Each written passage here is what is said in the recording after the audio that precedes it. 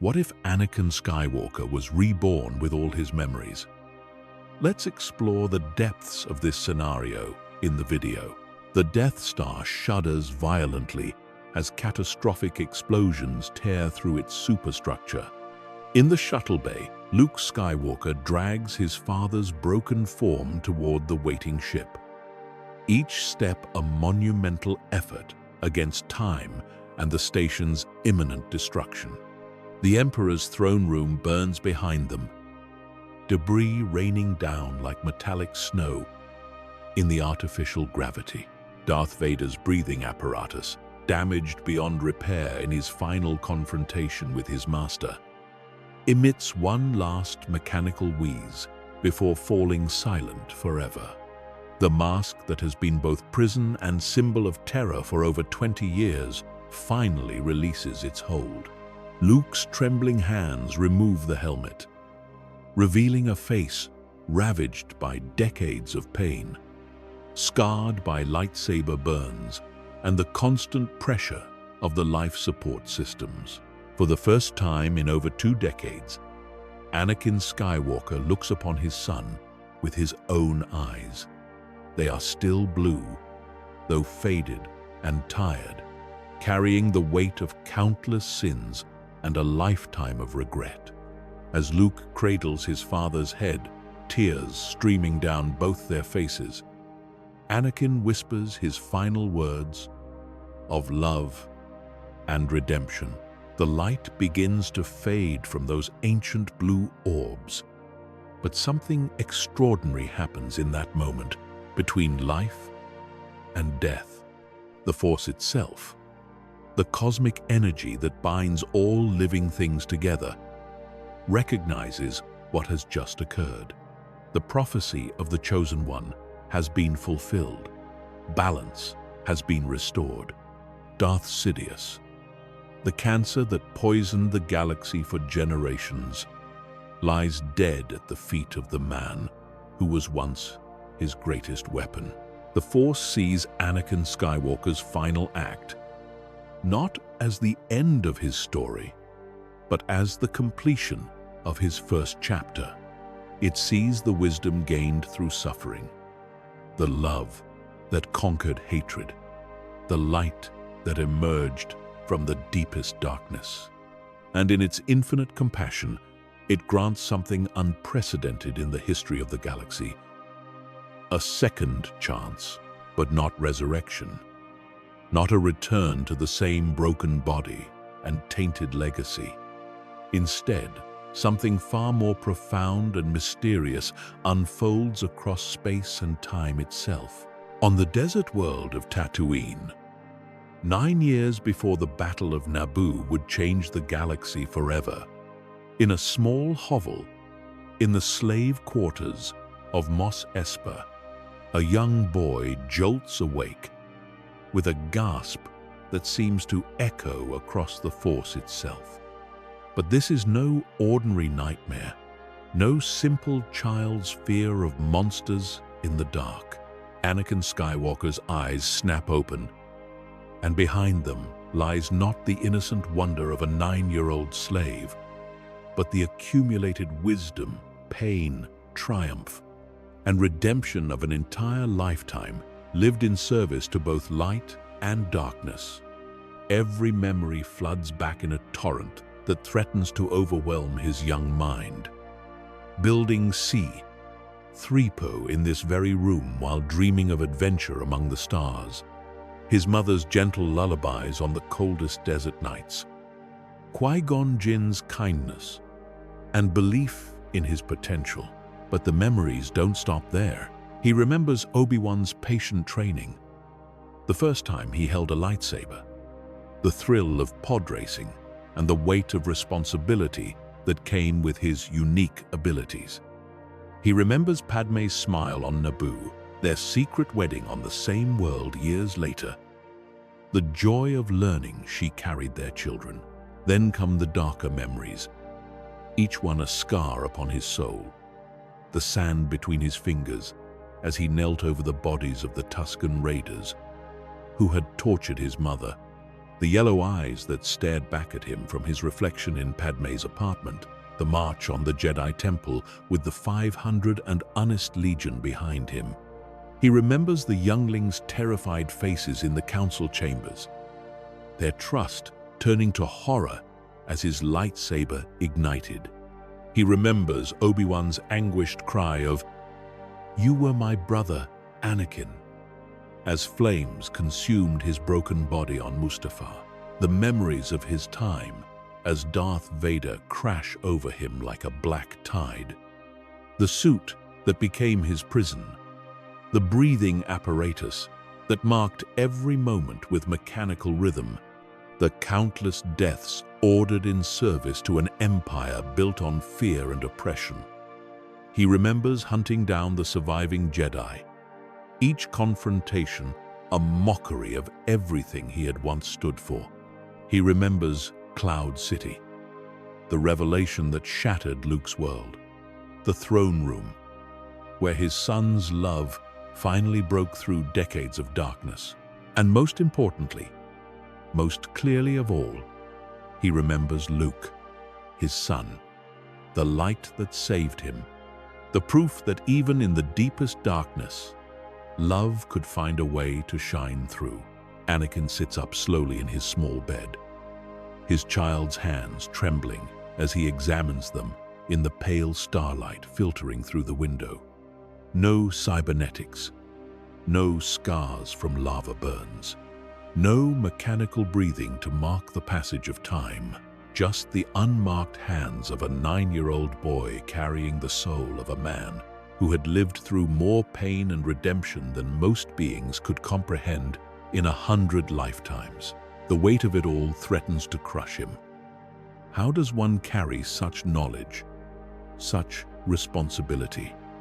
How does a child's body contain the wisdom gained through such suffering?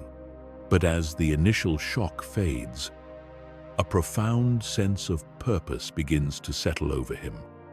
This is not a burden, it's an opportunity, a chance to prevent the tragedies that shaped his first life, to save those he had failed to protect, to be the hero he was always meant to be. From the next room, he hears his mother moving about, beginning her preparations for another day of servitude under Watto's rule. The sound brings tears to his eyes, tears of joy, relief, and overwhelming love. She's alive. She's here. And this time, he knows exactly what's coming. The Tusken Raiders will never touch her. The choices that led to her death will never be made. He will not fail her again. But with this knowledge comes a terrible dilemma. How much can he change without destroying the very future that led to his redemption? If he prevents his fall to the dark side, will Luke and Leia never be born? If he kills Palpatine too early, will the galaxy face an even worse fate? The paradoxes spiral through his mind until he forces himself to stop, to breathe, to center himself in the Force, as Obi-Wan taught him so long ago. The Force provides the answer, as it always does for those wise enough to listen. He must trust in its will, but act with wisdom. Change what can be changed. Save who can be saved.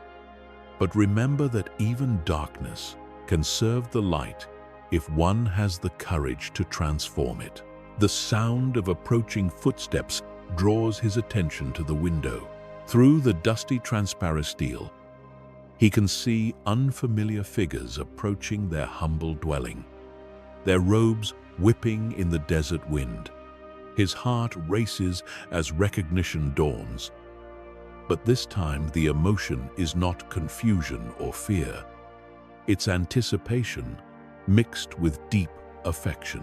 Qui-Gon Jinn strides across the sand, his long hair flowing behind him, followed by a young woman in peasant disguise and a clumsy Gungan who seems to stumble over his own feet.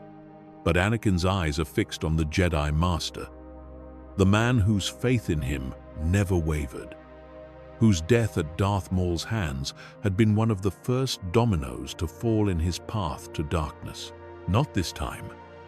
This time, Qui-Gon Jinn will live to see the Chosen One fulfill his destiny properly.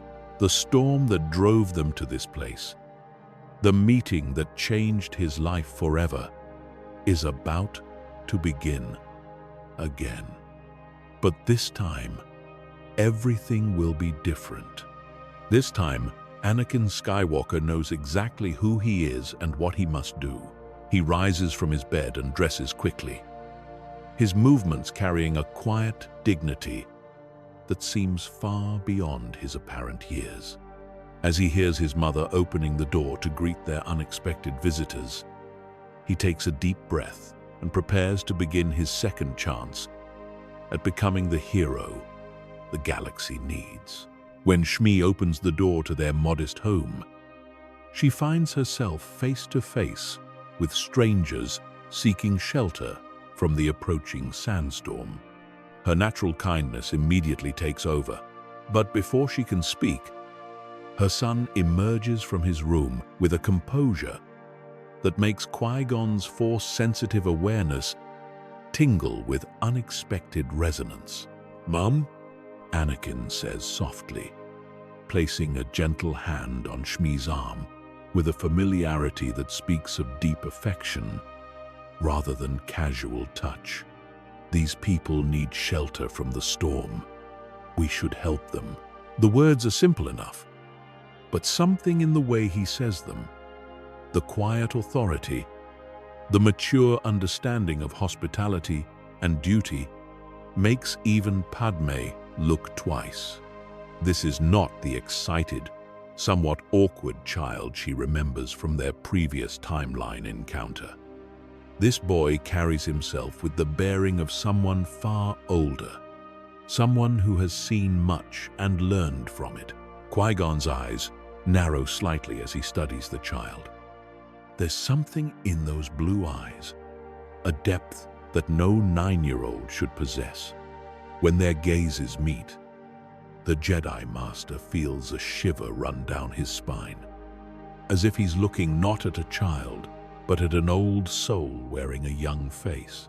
"Thank you for your kindness," Qui-Gon says formally, bowing slightly. "I am Qui-Gon Jinn. These are my companions, Jar Jar Binks and Padme." Anakin finishes softly, his eyes meeting hers with a look of recognition that makes her breath catch. Not recognition of her disguise, something deeper, as if he knows her in ways that should be impossible. Shmi leads them inside, bustling about to prepare food and sleeping arrangements for their unexpected guests.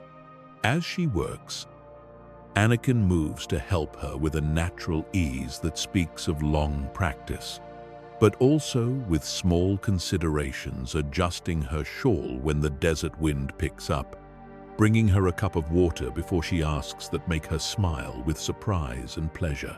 "You're very thoughtful tonight, Ani," she says softly, touching his cheek.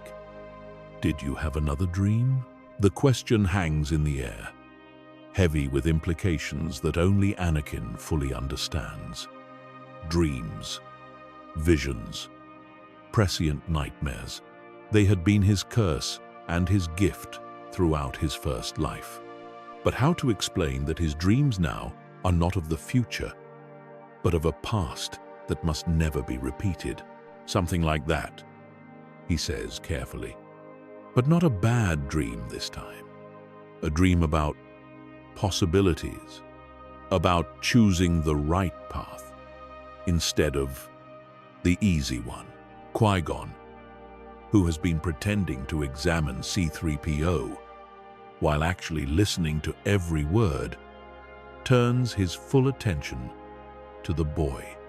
There's something in that statement, a weight of meaning that goes far beyond what a child should understand about the nature of choice and consequence. As the evening progresses, Anakin demonstrates abilities and knowledge that leave Qui-Gon increasingly amazed and mystified. When the conversation turns to pod racing, the boy doesn't just mention that he's the only human who can do it. He begins explaining complex theories of aerodynamics, engine modifications, and racing strategies with the knowledge of a master engineer who has spent decades perfecting his craft. The secret isn't just fast reflexes, Anakin explains as he tinkers with C-3PO's neural networks with tools that seem to appear in his hands, as if by magic. You have to think 3 moves ahead, anticipate not just what your opponents will do, but what they think you'll do in response. Racing is like a conversation where every word matters and the wrong phrase can get you killed. Qui-Gon exchanges a meaningful glance with Padme. This level of strategic thinking, this understanding of psychology and tactics, is not typical of any 9-year-old. No matter how gifted, that's quite an advanced way of thinking about it. The Jedi Master observes carefully. Where did you learn such concepts? Anakin pauses in his work, his hands stilling on C-3PO's exposed circuitry. For a moment, his expression seems to age decades, carrying a weight of experience that makes Qui-Gon's breath catch. Then the child's face returns, but the wisdom remains in his eyes. I dream about things, he says quietly. Not just future things, but understanding things. Like the Force shows me how everything connects, how every choice leads to other choices. Sometimes I feel like I've lived through conversations before they happen, learned lessons before I've made the mistakes they come from. The honesty of the statement is breathtaking. Most children would speak of such experiences with excitement or confusion. Anakin speaks with the quiet gravity of someone who understands that knowledge always comes with a price. When Qui-Gon asks to see C-3PO, what he finds defies every expectation. The droid is not just partially functional, he's nearly complete, with programming so sophisticated that it rivals protocol droids worth tens of thousands of credits. The artificial intelligence displays personality quirks, cultural awareness, and linguistic capabilities that should take teams of expert programmers years to develop. How did you learn to build something like this? Qui-Gon asks, genuinely amazed as C-3PO engages in a detailed conversation about the political implications of trade route taxation in 3 different languages. Anakin looks up from the droid's chest panel, where he's been making minute adjustments to systems that most trained technicians wouldn't even recognize. I see how things work before I build them. The Force shows me the patterns, the way energy flows through circuits, how thoughts become calculations, become actions. Building him was like translating a song from one language to another. The melody stays the same, but you have to find the right words to make it beautiful. The poetic nature of his explanation, coupled with the technical mastery it represents, sends another chill through Qui-Gon. This boy speaks of the Force with an intimacy that suggests far more than natural talent. It suggests experience, training, deep understanding gained through years of practice. You speak of the Force as if you've been trained in its ways? Qui-Gon observes carefully. Anakin meets his gaze directly, and for a moment, the Jedi Master sees something that stops his heart. In those blue eyes, just for an instant, he glimpses the shadow of a man who has walked in darkness and found his way back to the light. A man who has paid the ultimate price for wisdom and earned the right to speak of the Force with such profound understanding. "I have been," Anakin says simply, "just not in the way you might expect." That night, as the storm rages outside and their guests sleep, Anakin lies awake, staring at the ceiling of his small room. Tomorrow will bring the events that set his original destiny in motion. The discovery of his Force sensitivity, the blood test that reveals his unprecedented midi-chlorian count, the fateful decision to enter the Bunta Eve Padres that will win his freedom and set him on the path to becoming a Jedi. But this time will be different. This time, he knows not just what will happen, but why it must happen, and how to guide it toward the best possible outcome. Qui-Gon will live. His mother will be free. The Clone Wars will end differently. Palpatine's rise will be stopped before it truly begins. And somewhere in the future, Luke and Leia will be born not as symbols of hope in a dark galaxy, but as children of peace, raised by parents who have learned that love is not possession but choice, not attachment but freedom. The next morning dawns clear and bright, the storm having passed in the night, like so many storms before it. When Qui-Gon emerges from his makeshift quarters, he finds Anakin already awake, sitting cross-legged in the courtyard, with his eyes closed, in what can only be described as meditation. The boy's breathing is slow and steady, his posture perfect, his connection to the Force so clear and powerful that it seems to create a zone of absolute calm around him. "You're awake early," the Jedi Master observes, settling down beside him. "I wanted to talk to you before the others woke up," Anakin says without opening his eyes. "There are things you need to know. Important things, such as..." Now Anakin's eyes open, and they hold a gravity that makes Qui-Gon lean forward intently. "You're a Jedi. You're here because you believe I might be one too. But more than that, you're here because the Force guided you to me for a specific reason. There's darkness coming to the galaxy, Master Jin.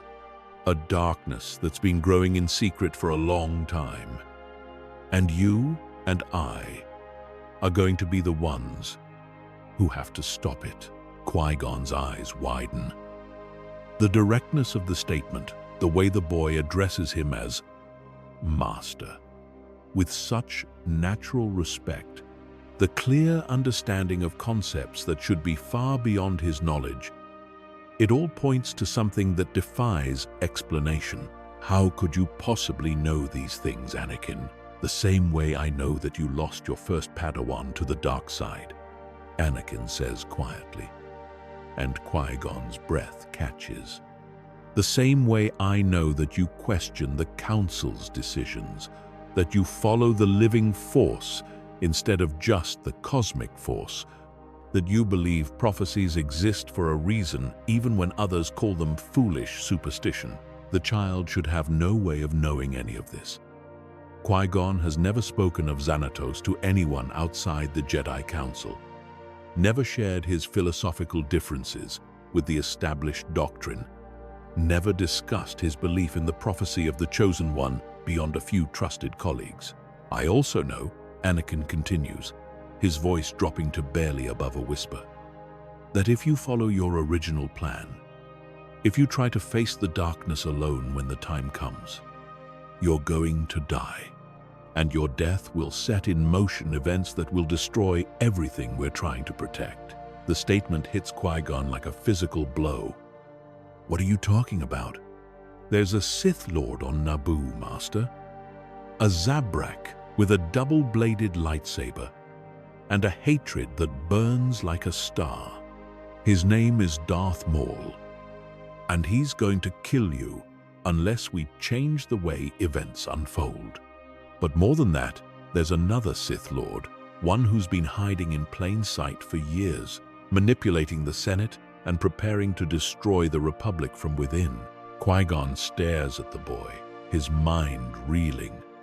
Everything Anakin is saying sounds like the ravings of a madman, except for one crucial fact. The Force is singing in harmony with every word. There is no deception here, no childish fantasy or delusion. This is truth, spoken with the weight of absolute certainty. "How do you know these things?" he asks again, his voice barely steady. Anakin is quiet for a long moment, his gaze distant, as if seeing across vast spans of time and space. "The Force shows me things, Master Jin, possible futures, alternate paths, the consequences of choices before they're made. I've seen what happens if we fail, and I've seen what we need to do to succeed. But most importantly, I've learned that wisdom comes not from power, but from understanding the price of power." The conversation is interrupted by movement from the house as the others begin to wake. But its implications echo in Qui-Gon's mind throughout the morning. When he finally conducts the blood test he's been planning, the midi-chlorian count is exactly what he expects, higher than any Jedi in recorded history, higher even than Master Yoda. But what he doesn't expect is Anakin's reaction to the test. "Over 20,000, the boy says matter-of-factly before Qui-Gon can even process the results. Higher than anyone has ever seen, including Yoda. The highest count in known galactic history." Qui-Gon nearly drops his testing device. "How could you possibly know the results before you've read them?" "Because I've taken this test before, Master. In dreams, in visions, in possibilities the Force has shown me. I know what it means, too. The midi-chlorians aren't just in my blood, they're part of me in a way that's never happened before. I was conceived by the Force itself, brought into existence to serve a specific purpose." The statement should sound arrogant, should carry the weight of messianic delusion. Instead, it sounds like a simple statement of fact, delivered with the resigned acceptance of someone who understands the burden such a destiny represents. "And what purpose is that?" Qui-Gon asks softly. "To bring balance to the Force," Anakin replies. "But not the way the Jedi think. Not by destroying the Sith, but by understanding that light and dark are both part of the same cosmic truth. Balance doesn't mean choosing one side over the other, it means learning to use both in service of something greater than either." The philosophical sophistication of the statement leaves Qui-Gon speechless.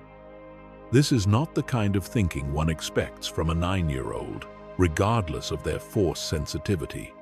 This is the wisdom of a master, someone who has grappled with the deepest mysteries of the Force and emerged with profound understanding.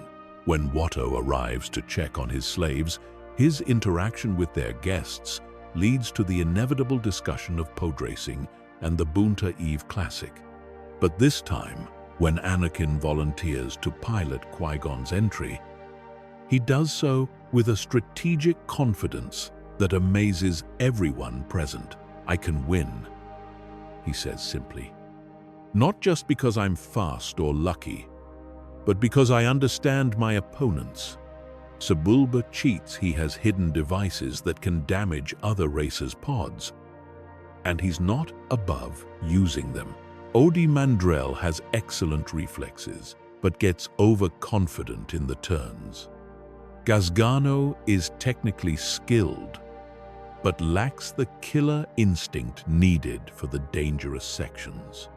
He continues to analyze each of the major competitors with the precision of a professional strategist, identifying their strengths, weaknesses, and typical tactical approaches. with an accuracy that suggests years of studying their techniques. "How do you know so much about racing strategies?" Padme asks, fascinated, despite herself. "The same way I know that you're not really a handmaiden," Anakin says quietly, meeting her eyes with a look that makes her breath catch. "The Force shows me things, people's true natures, their hidden strengths, the roles they're meant to play in the larger story that's unfolding around us." The directness of his gaze, the certainty in his voice, makes her heart race in ways she doesn't fully understand. There's something about this boy, something that speaks to her soul in a language she's never learned but somehow comprehends perfectly.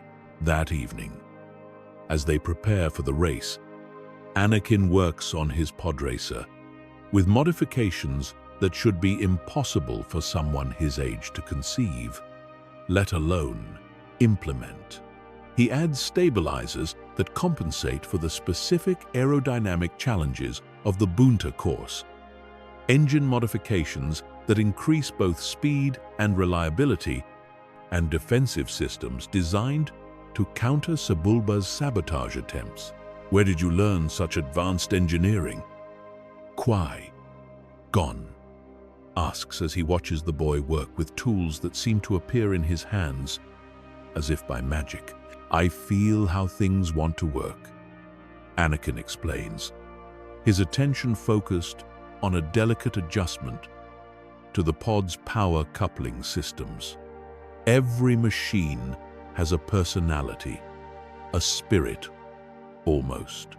If you listen to it, it tells you what it needs to perform at its best. This racer wants to fly, wants to be faster than anything else on the track. I'm just helping it achieve its potential. The philosophical approach to technology, treating machines as living entities with desires and needs, speaks to a level of force connection that goes far beyond what most Jedi achieve after years of training. Qui-Gon finds himself wondering not just who this boy is, but what he might become with proper guidance. As they finalize preparations for the race, Anakin takes Qui-Gon aside for another private conversation. "Master, there's something else you need to know. About tomorrow. About what happens after we leave Tatooine."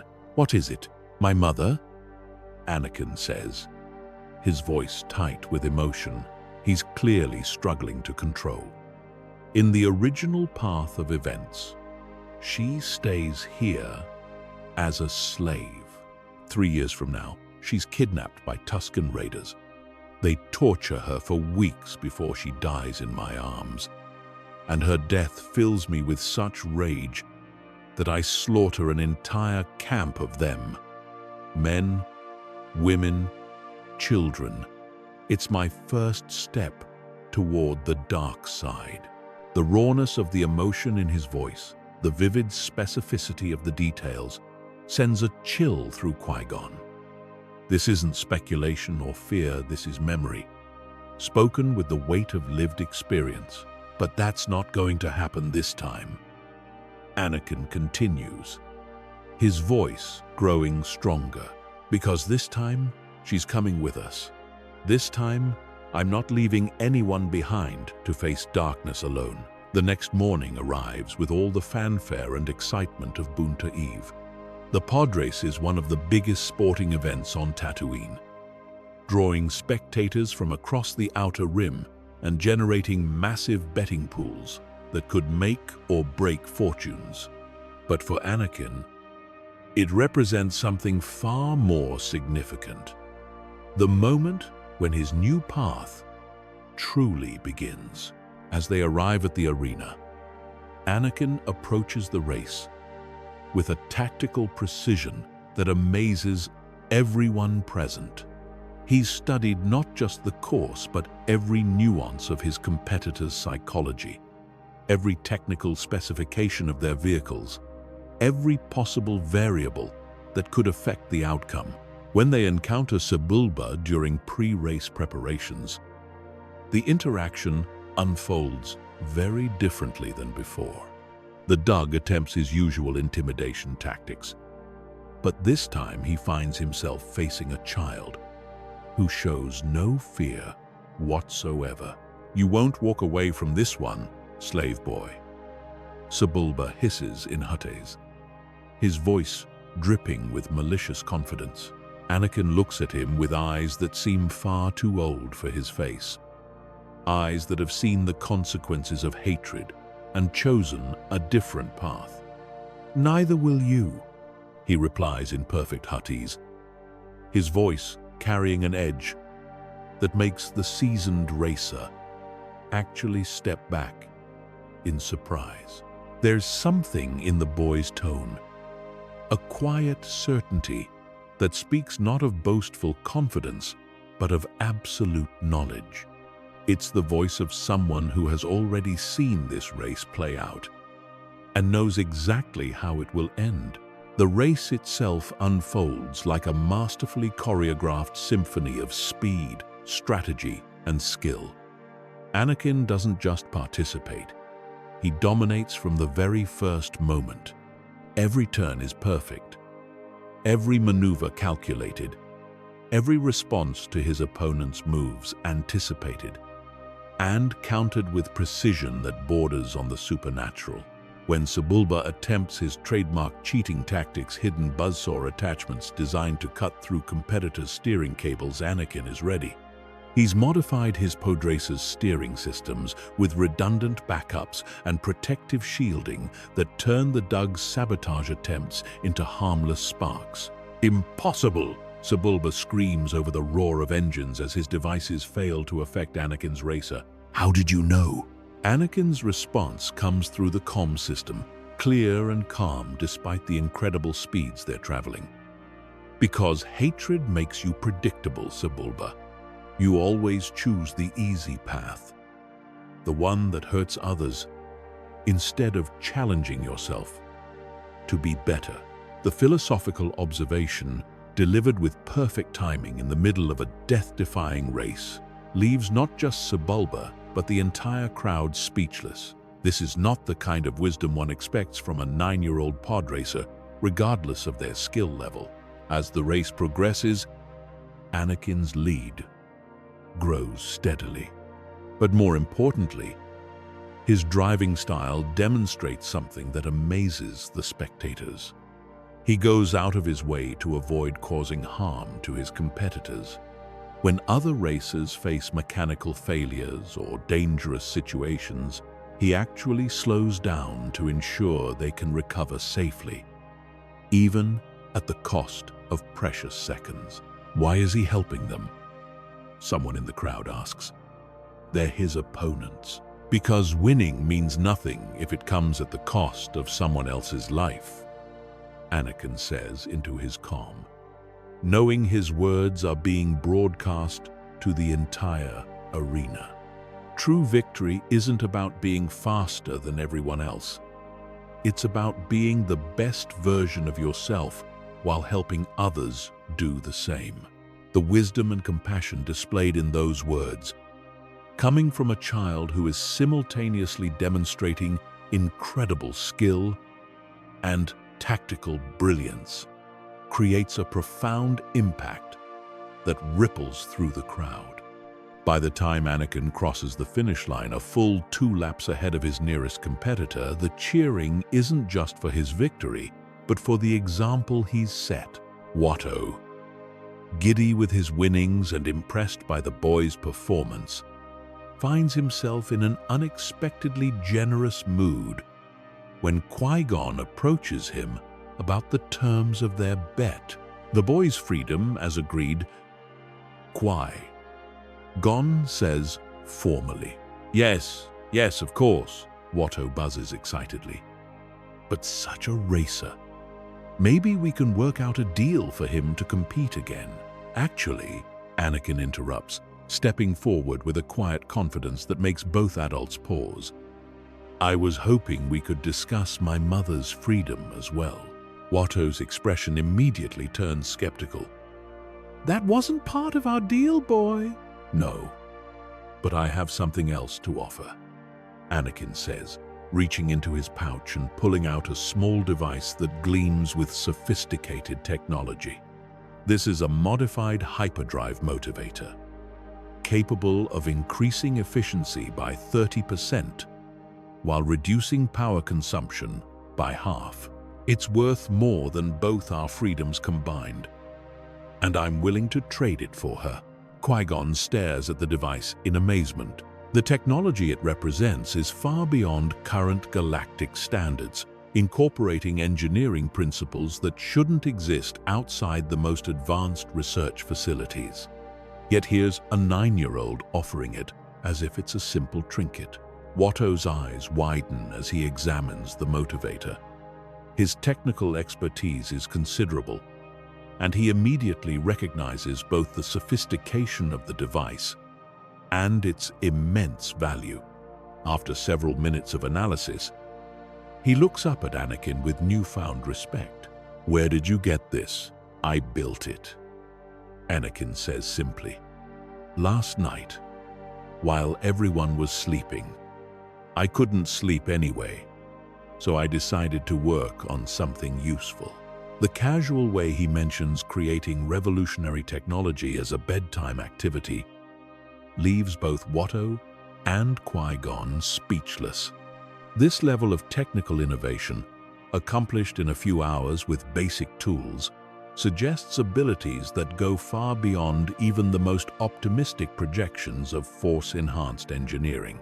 After considerable negotiation and examination of the device, Watto finally agrees to the trade.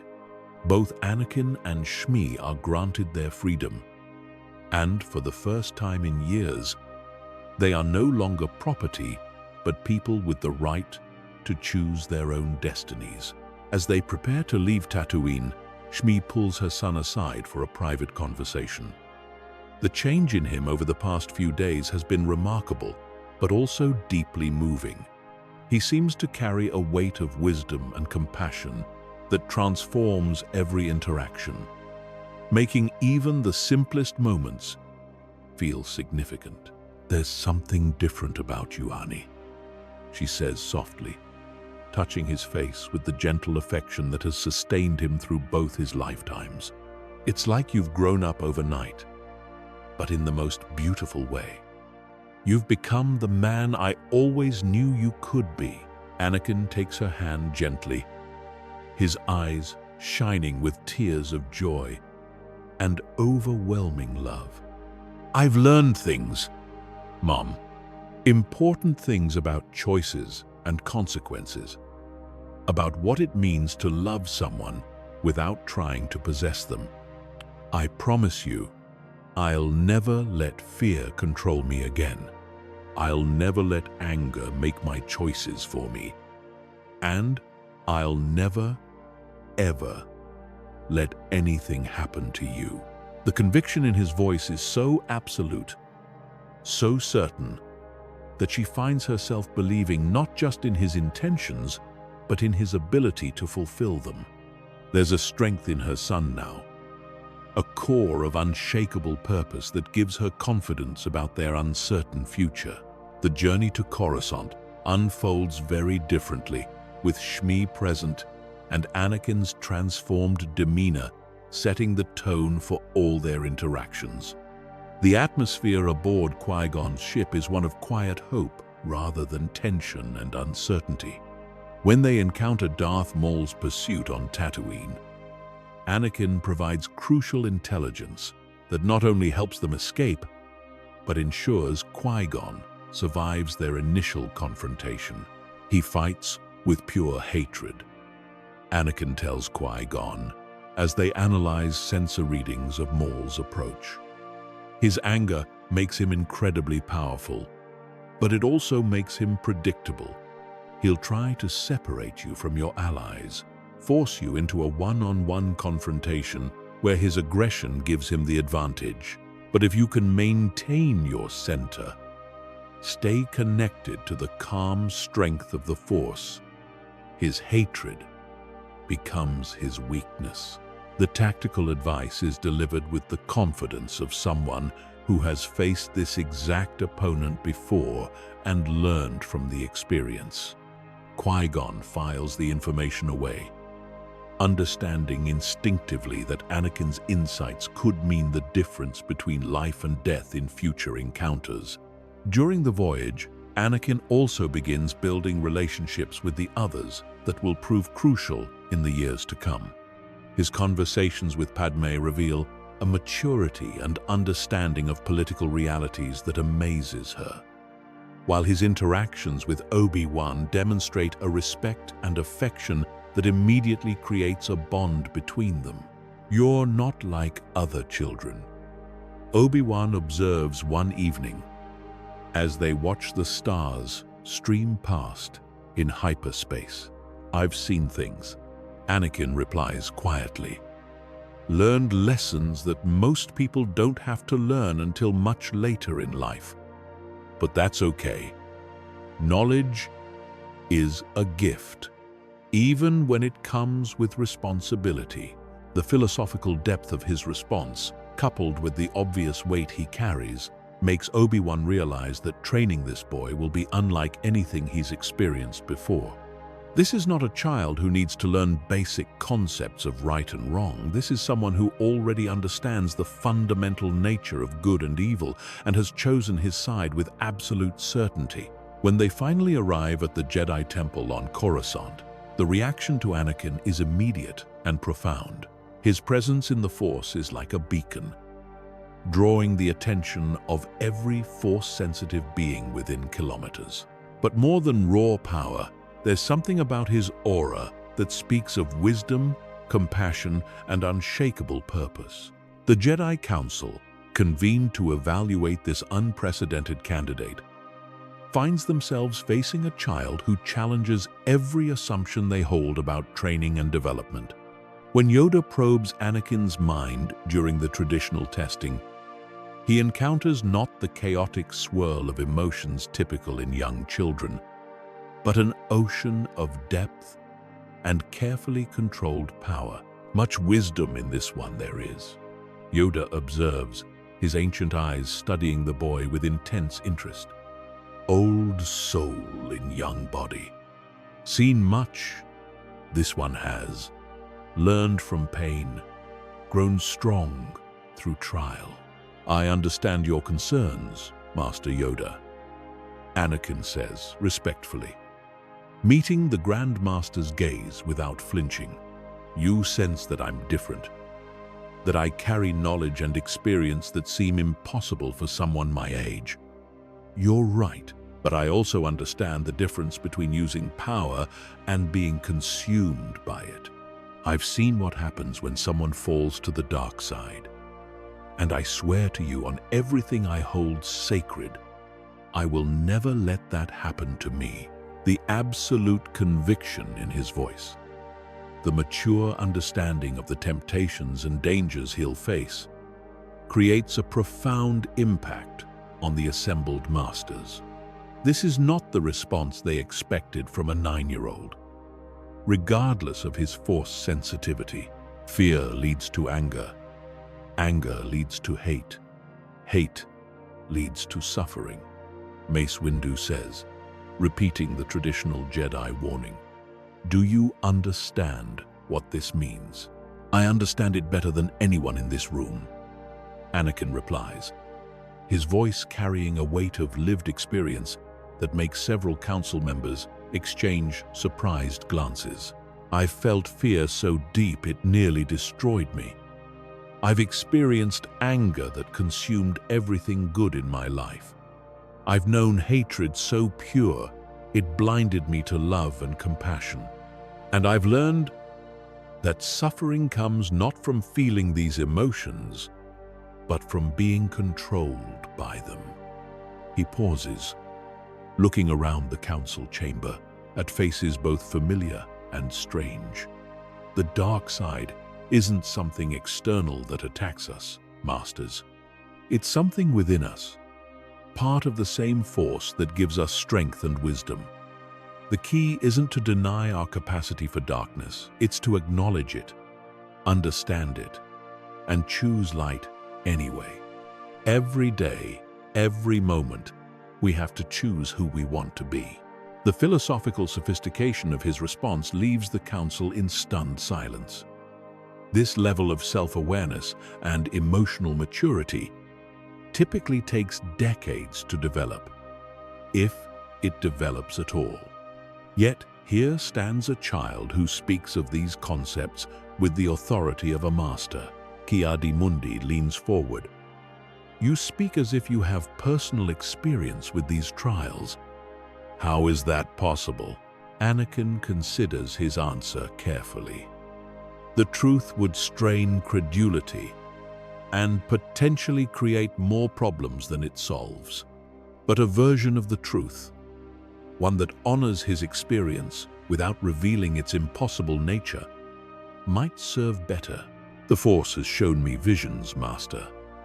Possible futures, paths I might take, consequences of choices I haven't made yet. In some of those visions, I saw what I could become if I let fear and anger rule me. I saw the pain I could cause, the people I could hurt, the darkness I could spread across the galaxy. Those visions taught me that power without wisdom is destruction, and strength without compassion is tyranny. The honesty and vulnerability in his admission, coupled with the obvious weight of the knowledge he carries, creates a profound impact on everyone present. Even Mace Windu, typically the most skeptical of the council members, finds himself moved by the boy's obvious sincerity and depth of understanding. After hours of deliberation, the council reaches a unanimous decision. Anakin Skywalker will be trained as a Jedi, with Obi-Wan Kenobi as his master and Qui-Gon Jinn serving as a mentor and guide. The assignment is unusual typically.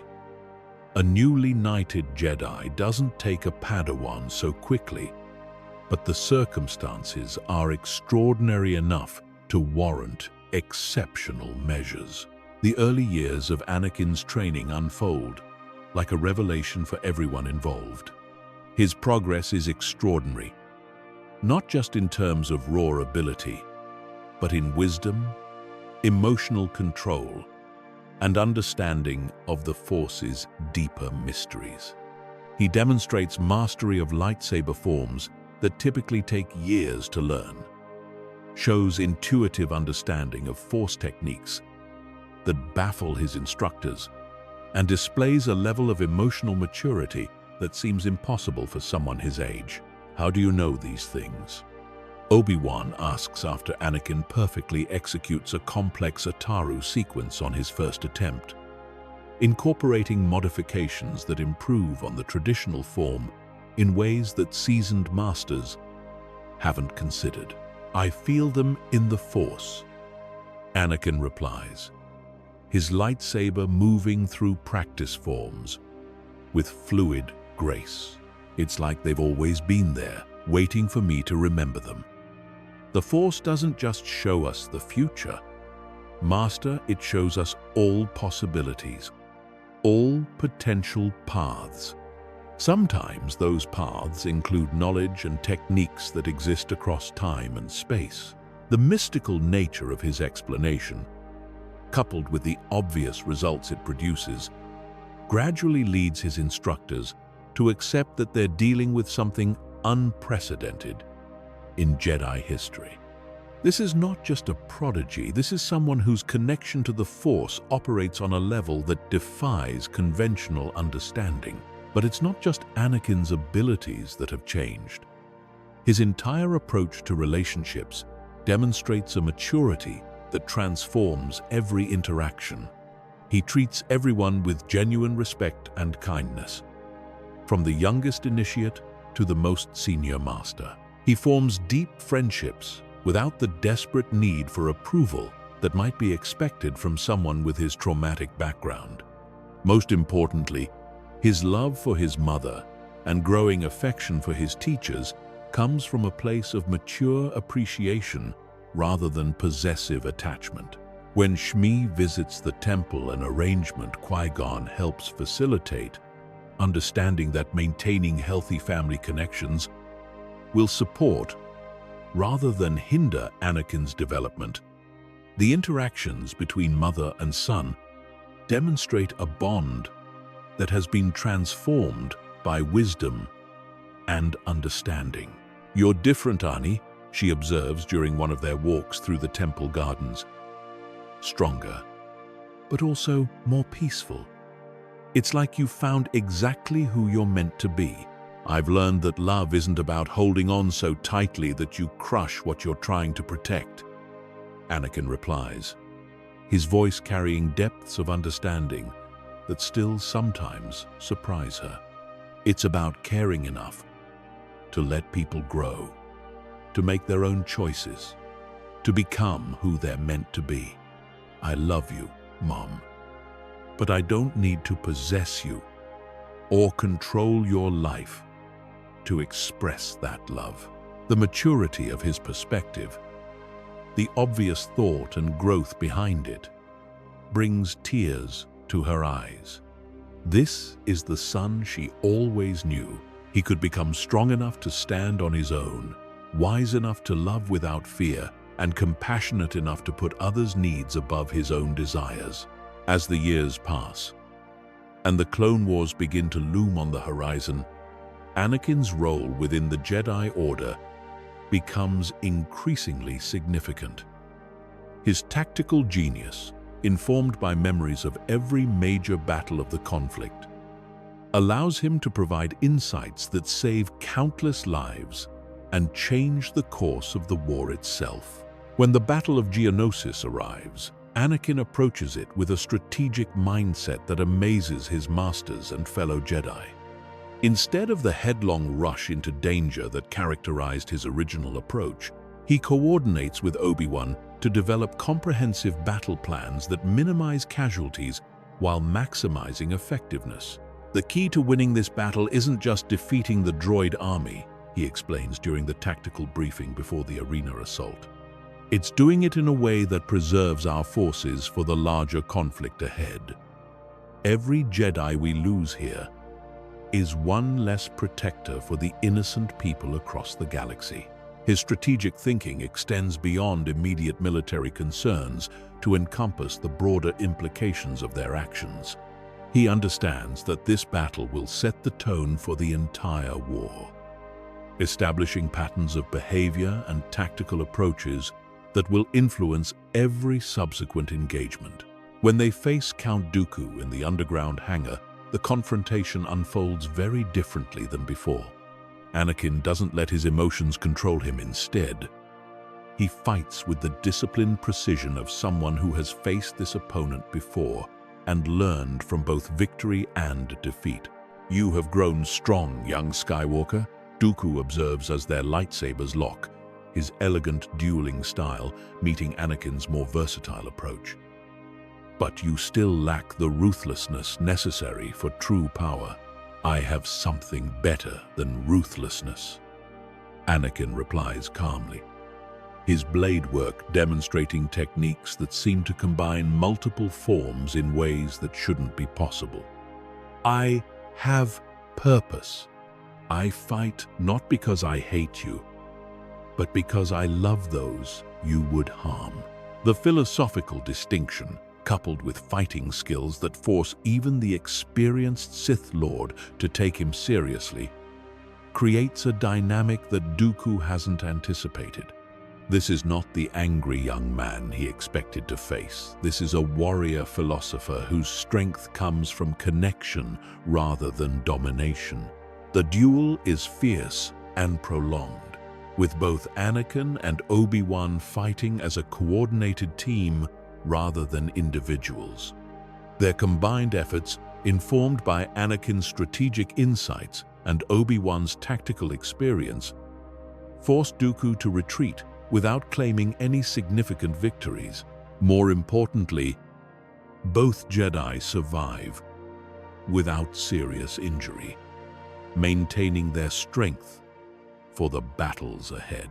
As the Clone Wars progress, Anakin's relationship with his Padawan Ahsoka Tano develops along entirely different lines. When she's assigned to him, he sees not just a young learner, but a reflection of his own journey toward wisdom and understanding. His guidance combines the patience of a master teacher with the insight of someone who truly understands the challenges she'll face. Their first major mission together takes them to Christophsis, where separatist forces have established a blockade around the crystal world. Unlike the original timeline, where their initial meeting was marked by tension and resistance, Ahsoka finds herself working with a master whose wisdom and tactical brilliance immediately earn her respect. The key to breaking this blockade isn't overwhelming firepower, Anakin explains, as they study tactical displays aboard their Republic cruiser. It's understanding that every battle is really a conversation between minds. The Separatist commander thinks like a traditional military strategist. He expects us to mount a frontal assault against his strongest positions. Ahsoka leans forward, studying the holographic representation of enemy positions. So, what do we do instead? We give him what he expects to see, while doing something completely different. Anakin says with a slight smile, "Watch and learn, Snips." The battle that follows becomes a masterclass in unconventional tactics.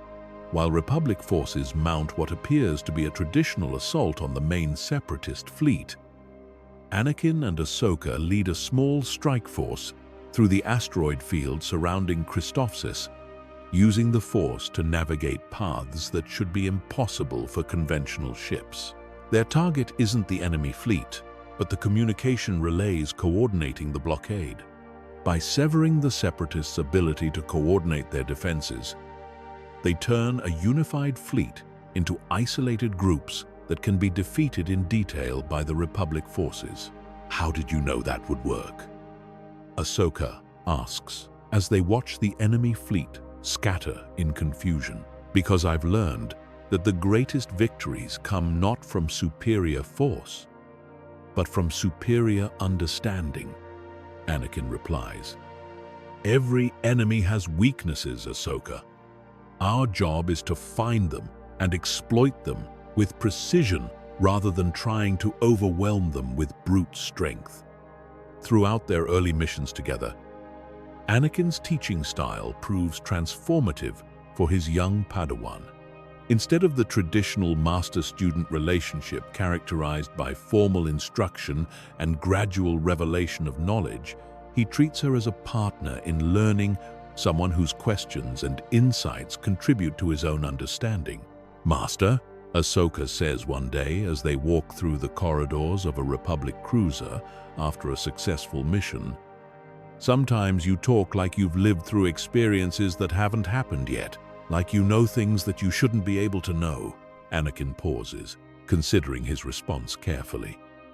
He's grown skilled at threading the needle between honesty and revelation, sharing wisdom without revealing its impossible source.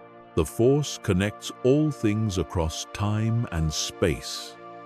"Ahsoka," he says finally, "past, present, and future are all part of the same cosmic flow. Sometimes, if you're really listening, you can hear echoes of experiences that haven't happened yet. Learn lessons from mistakes that exist only in possibility. The key is using that knowledge to make better choices in the present." Their relationship deepens during the siege of Ryloth, where Anakin's strategic insights help them liberate the Twi'lek homeworld with minimal civilian casualties. Instead of the costly frontal assault that characterized the original campaign, they develop a multi-pronged strategy that combines conventional military tactics with precision strikes against key Separatist infrastructure. The Separatists are using the Twi'lek population as human shields, Anakin explains during their strategic planning session. "They're counting on our reluctance to risk civilian lives to give them tactical advantages." But there's always another way, Ahsoka. We just have to be creative enough to find it. Working with local resistance fighters led by Cham Syndulla, they develop a plan that turns the Separatists' own tactics against them. By coordinating simultaneous uprisings in multiple cities while Republic forces strike at command and control centers, they force the enemy to choose between protecting their military assets and maintaining control over the population.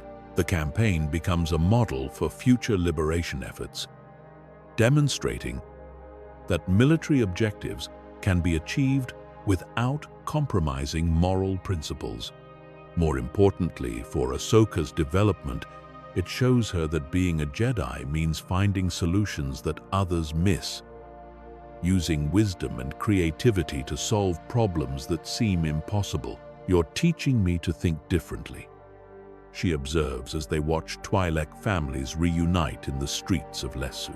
Not just about tactics, but about what it means to be a protector. Protection isn't just about winning battles, Ahsoka, Anakin replies, his eyes following a group of children who wave at them from a balcony above. It's about making sure that when the fighting stops, there's still something worth protecting. The greatest victory is the one that preserves what we're fighting for. As their partnership develops, Anakin begins sharing deeper insights about the nature of the Force and the responsibilities that come with Jedi abilities. During quiet moments between missions, their conversations explore philosophical concepts that most Padawans don't encounter until much later in their training. "Master, I've been thinking about what you said about balance," Ahsoka says one evening as they meditate together in the temple gardens. "If the Force has both light and dark aspects, and balance means understanding both, does that mean we should learn about the dark side?" It's a question that cuts to the heart of Jedi doctrine, challenging assumptions that have guided the Order for generations. Anakin considers his response carefully, drawing on hard-won wisdom about the dangers and necessities of such knowledge. Understanding darkness doesn't mean embracing it. "Ahsoka," he says finally, "think of it like studying a dangerous disease. A healer needs to understand how poison works in order to create antidotes. But that doesn't mean they should poison themselves. The dark side is part of the Force, and pretending it doesn't exist only makes us vulnerable to it. So how do we learn about it safely? By never forgetting why we're learning," Anakin explains. "Knowledge of the dark side should come from a desire to protect others from it, not from curiosity about its power. And it should always be balanced by deeper understanding of the light. The moment you start thinking about what the dark side could do for you, instead of what you could do to stop it, that's when it becomes dangerous." Their discussions about such complex topics help prepare Ahsoka for challenges that other Padawans might not be ready to face. When they encounter fallen Jedi or dark side artifacts during their missions, she approaches these situations with understanding rather than fear, able to recognize the signs of corruption and respond with appropriate caution. The depth of their partnership becomes evident during the mission to Mortis, where they encounter the Force-wielding family that embodies the cosmic balance between light and dark. Unlike the original timeline, where the experience left Anakin more confused and susceptible to manipulation, this time his prior understanding helps him navigate the trials with wisdom and clarity. "The Father speaks truly," Anakin tells Ahsoka as they explore the mysterious world where time and space seem to flow differently. Balance isn't about choosing sides, it's about understanding that light and dark are part of the same greater truth. Our job as Jedi isn't to eliminate darkness, but to ensure that light remains strong enough to guide the way forward. When the Son attempts to corrupt him with visions of a dark future, Anakin responds not with fear or anger, but with compassion for the pain that drives such desperate attempts at manipulation. "I know what you're showing me," he tells the embodiment of the dark side. "I've seen the consequences of letting fear control my choices. But I've also learned that the future isn't fixed, that every moment offers the chance to choose differently. Your visions show one possible path, but they're not the only path." The Son's attempts to break Anakin's resolve through showing him the original timeline, the fall to Vader, the destruction of the Jedi, the years of service to the Emperor backfire spectacularly. Instead of corruption, they produce deeper understanding and stronger commitment to preventing such tragedies. "You think showing me darkness will make me embrace it?" Anakin says, his voice calm despite the horrific visions swirling around them. "But you've forgotten something important. I've already walked that path and found my way back to the light. Darkness only has power over those who don't understand what it costs." The experience on Mortis becomes a turning point for both Master and Padawan, cementing their understanding of the Force's true nature and their roles as guardians of balance. When they return to the wider galaxy, their partnership has been transformed from teacher-student to something more like fellow seekers of truth, each contributing to the other's growth and understanding. Meanwhile, across the galaxy, the Clone Wars rage on with increasing intensity. But Anakin's strategic insights and tactical innovations begin to shift the balance in favor of the Republic. His ability to anticipate separatist moves, combined with his understanding of the true forces behind the conflict, allows him to save countless lives while achieving military objectives that seemed impossible. During the campaign for Umbara, Anakin's knowledge of General Krell's eventual betrayal allows him to prevent the tragedy that would have cost so many clone lives. Instead of allowing Krell to manipulate clone units into fighting each other, Anakin exposes the treacherous general's true allegiances before his sabotage can take effect. "Something's wrong with General Krell," Anakin tells Captain Rex during a private meeting before the main assault. "I can sense it in the Force. He's not fighting for the Republic anymore, if he ever was. His tactics are designed to maximize our casualties, not achieve our objectives." Rex, whose loyalty to Anakin has grown through shared battles and mutual respect, doesn't hesitate to accept this assessment. Together, they develop a plan to monitor Krell's communications and gather evidence of his treachery, building a case that will convince even the most skeptical Republic commanders. When Krell's betrayal is finally exposed, communications with separatist forces, orders designed to cause maximum casualties among clone troops, attempts to sabotage Republic objectives, the revelation sends shockwaves through the military hierarchy. But it also demonstrates the importance of trusting in the Force and the wisdom of those who serve it faithfully. "How did you know?" Krell demands, as he's arrested by his own troops, his fallen Jedi status now evident to everyone present.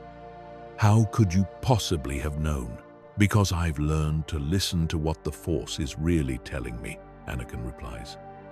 "And the Force doesn't lie, General. It shows us truth, even when that truth is painful or inconvenient." The Umbara campaign becomes another model for how Jedi should serve in wartime, not as generals pursuing military glory, but as protectors ensuring that victory comes without compromising the values they've sworn to defend. The clone troopers who serve under Anakin's command develop a loyalty that goes beyond military discipline, recognizing that their general truly cares about their lives and well-being. This bond between Anakin and the clone forces becomes crucial when the investigation into Palpatine's identity begins to accelerate. His relationship with Captain Rex, Commander Cody, and other clone leaders provides access to intelligence networks that prove essential in building the case against the Chancellor. There have been irregularities in some of our orders, Rex reports during one of their secret meetings. Communications that bypass normal command channels. Directives that seem designed to put Jedi in danger rather than achieve tactical objectives.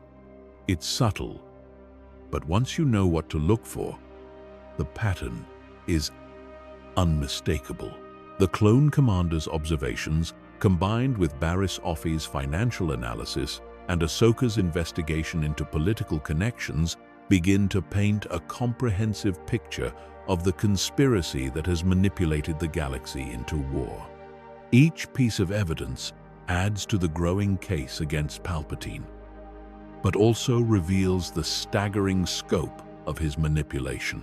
It's not just the war, Barriss explains during one of their clandestine meetings in the depths of the Jedi Temple. The financial records show manipulation going back decades, trade disputes, political crises. Even some of the conflicts that led to the original separatist movement, they all trace back to shell companies and front organizations connected to Palpatine's network. The investigation takes on a life of its own as more Jedi and Republic officials become aware of the evidence being gathered. Master Plo Koon contributes intelligence from his own missions, revealing separatist communications that reference a mysterious overseer who seems to be directing strategy for both sides of the conflict. Master Kit Fisto provides evidence of financial irregularities in military procurement that suggest systematic corruption at the highest levels of government. Even Obi-Wan, initially skeptical of the conspiracy theory, finds himself forced to confront mounting evidence during his investigation of the clone army's origins on Kamino. His discovery that the clones were ordered not by a Jedi Master but by someone using a stolen identity leads him to dig deeper into the circumstances surrounding the army's creation. Master Sifo Dyas did place the order for the clone army. Obi-Wan reports to the investigative team, but the Kaminoans have records showing modifications to the original specifications, changes made after Sifo Dyas's death by someone claiming to represent the Jedi Council. These modifications include the installation of what they call behavioral modification biochips in every clone. The revelation of the control chips represents a breakthrough in understanding how Palpatine planned to eliminate the Jedi. Working with clone medics and Republic scientists, the team begins the delicate process of studying the chips and developing methods to safely remove them without harming the clones. These devices are incredibly sophisticated, reports Chief Medical Officer Nala Se during a secret examination of the chips. They're designed to override conscious thought and decision-making processes, forcing compliance with specific command codes. But more than that, they're programmed to activate in response to particular trigger phrases, turning loyal soldiers into unwilling assassins. The discovery leads to a careful campaign to remove the chips from key clone commanders and units, building a network of free clones who can help protect Jedi when Palpatine's final gambit begins.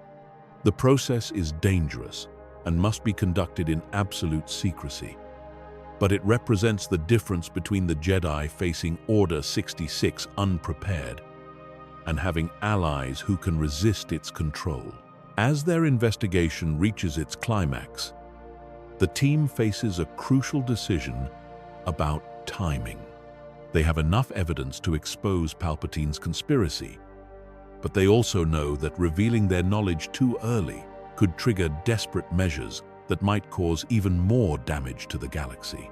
He's planning something, Anakin warns during their final planning session. I can feel it in the Force, a gathering darkness, a moment of crisis that he's been building toward for years. When we move against him, we have to be ready for him to escalate the situation beyond anything we've imagined. The moment comes during the Battle of Coruscant, when General Grievous launches his audacious assault on the Republic capital. But this time, the Jedi are ready for what follows. They know that the battle is a distraction, a way for Palpatine to isolate himself with Anakin, while implementing the final phase of his plan. He's going to reveal himself, Anakin explains to the assembled Jedi Masters. This attack is designed to create the crisis he needs to justify emergency measures and eliminate the Jedi. But we're not going to give him that opportunity. Instead of responding to the crisis reactively, the Jedi implement their own plan. While some Masters respond to the immediate threat of Grievous's assault, others move to secure key positions throughout the Senate building and begin presenting evidence of Palpatine's conspiracy to trusted senators and Republic officials. The coordination required for such a complex operation demonstrates how much the Jedi Order has evolved under the pressure of war and the wisdom gained through Anakin's guidance. Instead of acting as individual heroes responding to crises, they function as a coordinated force, working toward a common goal. When Anakin finally confronts Palpatine in the Chancellor's office, he does so not as a confused young man seeking guidance, but as an agent of justice armed with irrefutable evidence and backed by the full authority of the Jedi Order and the Republic Senate. It's over, Chancellor, Anakin says, as he enters the office where he spent so many hours being manipulated and groomed. We know what you are, and we have the evidence to prove it. Palpatine's mask of benevolent leadership slips away, revealing the yellow eyes and twisted features that mark his true nature. You think you've won, young fool. You think exposing me will stop what I've set in motion? I think you're about to discover that your greatest weakness has always been your assumption that others are as selfish and power-hungry as you are. Anakin replies, his lightsaber igniting with its familiar blue glow. You never understood that some people will choose service over power, justice over personal gain. The duel that follows represents the culmination of Anakin's journey from fall to redemption. He fights not with the rage and hatred that characterized his original confrontation with Palpatine, but with the focused determination of someone who has seen the consequences of failure and refuses to repeat past mistakes. Palpatine unleashes every technique in his arsenal. Force lightning that could kill a dozen men, telekinetic attacks that shatter furniture and walls, psychological warfare designed to break his opponent's concentration. But none of it affects Anakin the way it once might have. His connection to the Force has been tempered by wisdom, his fighting skills honed by experience, his resolve strengthened by knowledge of what victory truly means. You cannot defeat me, Palpatine screams as their lightsabers lock, his fury evident in every word. I am the dark side made manifest.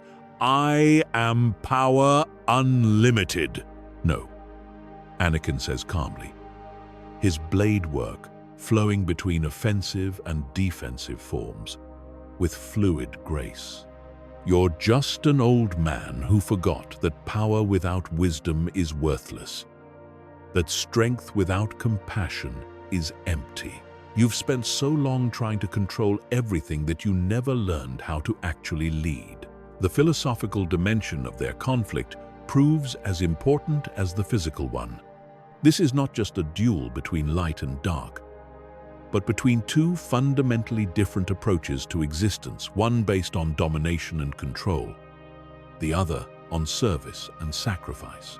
As the battle reaches its climax, other Jedi begin to arrive, not just the original strike team that might have been planned, but a larger force that includes masters from across the galaxy who have gathered to witness the end of the Sith conspiracy.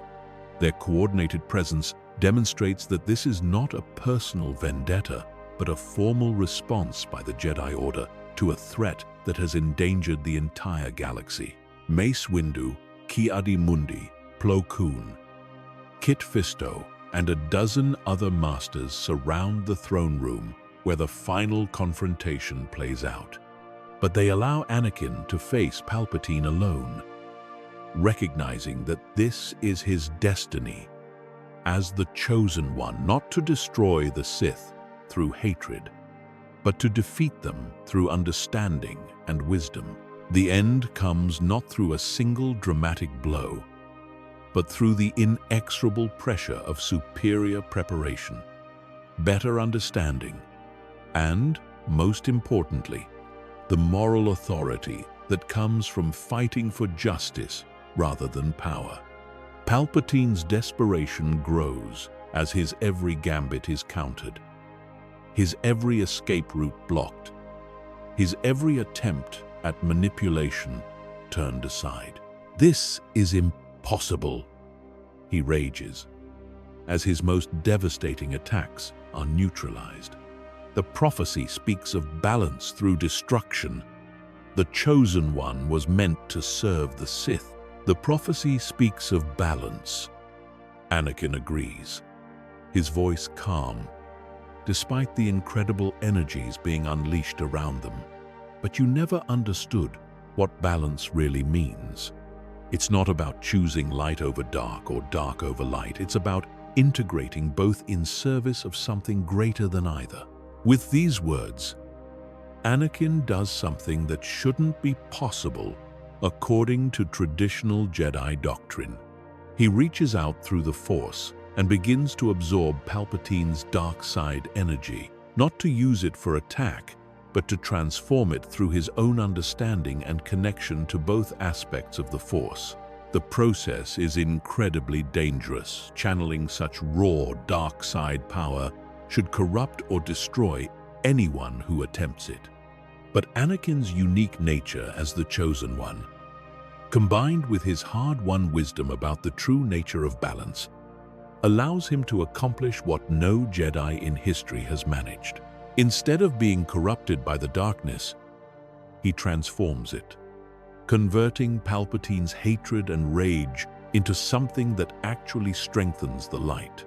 The visual effect is stunning, threads of crimson lightning gradually shifting to gold as they flow through Anakin's form. The Chancellor's attacks being turned into something that heals rather than destroys. "What are you doing?" Palpatine demands, his voice cracking with fear for the first time in decades.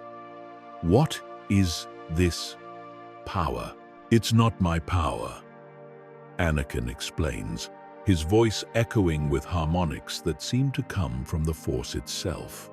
"It's the power of balance, of understanding that light and dark are part of the same cosmic truth.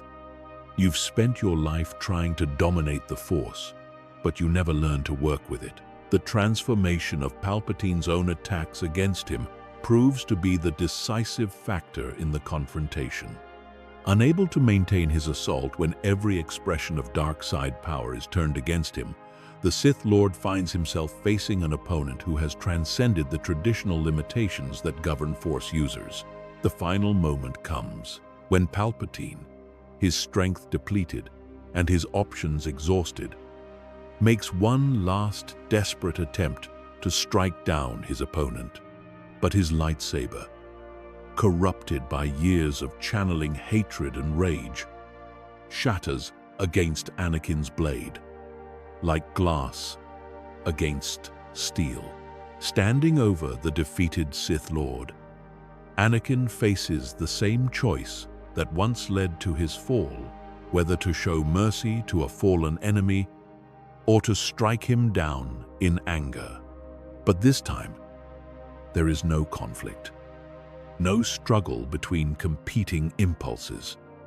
The answer is clear. "I won't kill you, Palpatine," he says, deactivating his lightsaber. "That's not what the Force wants, and it's not who I choose to be. Justice will be served, but it will be true justice, not revenge." The other Jedi Masters step forward, their lightsabers forming a circle of containment around the fallen Chancellor.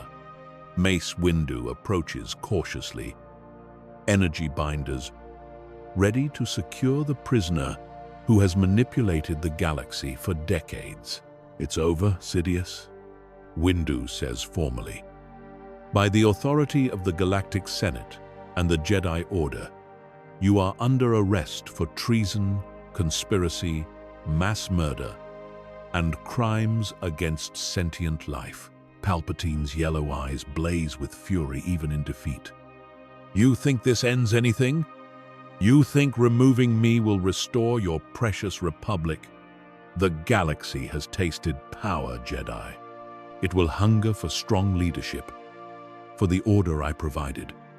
Chaos will follow my fall, and eventually they will beg for another like me." "Perhaps," Anakin acknowledges, his voice calm despite the weight of the moment. "But that's a risk-free. People have the right to take." Democracy isn't about preventing all possible mistakes. It's about ensuring that when mistakes are made, they can be corrected through choice rather than force. The philosophical exchange continues, even as security forces secure the area and begin the formal process of arrest. Palpatine's final words prove to be not threats, but revelations, desperate attempts to maintain relevance by predicting chaos and disaster. "You were my greatest success, Anakin," he says as the energy binders snap into place around his wrists. "Even now, you use techniques I taught you, power drawn from the dark side. You cannot escape what you are." "You're right," Anakin says simply. "I am partly what you made me, but I'm also what I chose to become, despite your influence. That's the difference between us. You let your experiences define you, while I learn to define myself." The aftermath of Palpatine's defeat unfolds with a precision that reflects the careful planning that went into exposing his conspiracy. Republic Senate guards, working with Jedi Masters and loyal clone commanders, begin the process of arresting Separatist agents and Imperial sympathizers throughout Coruscant.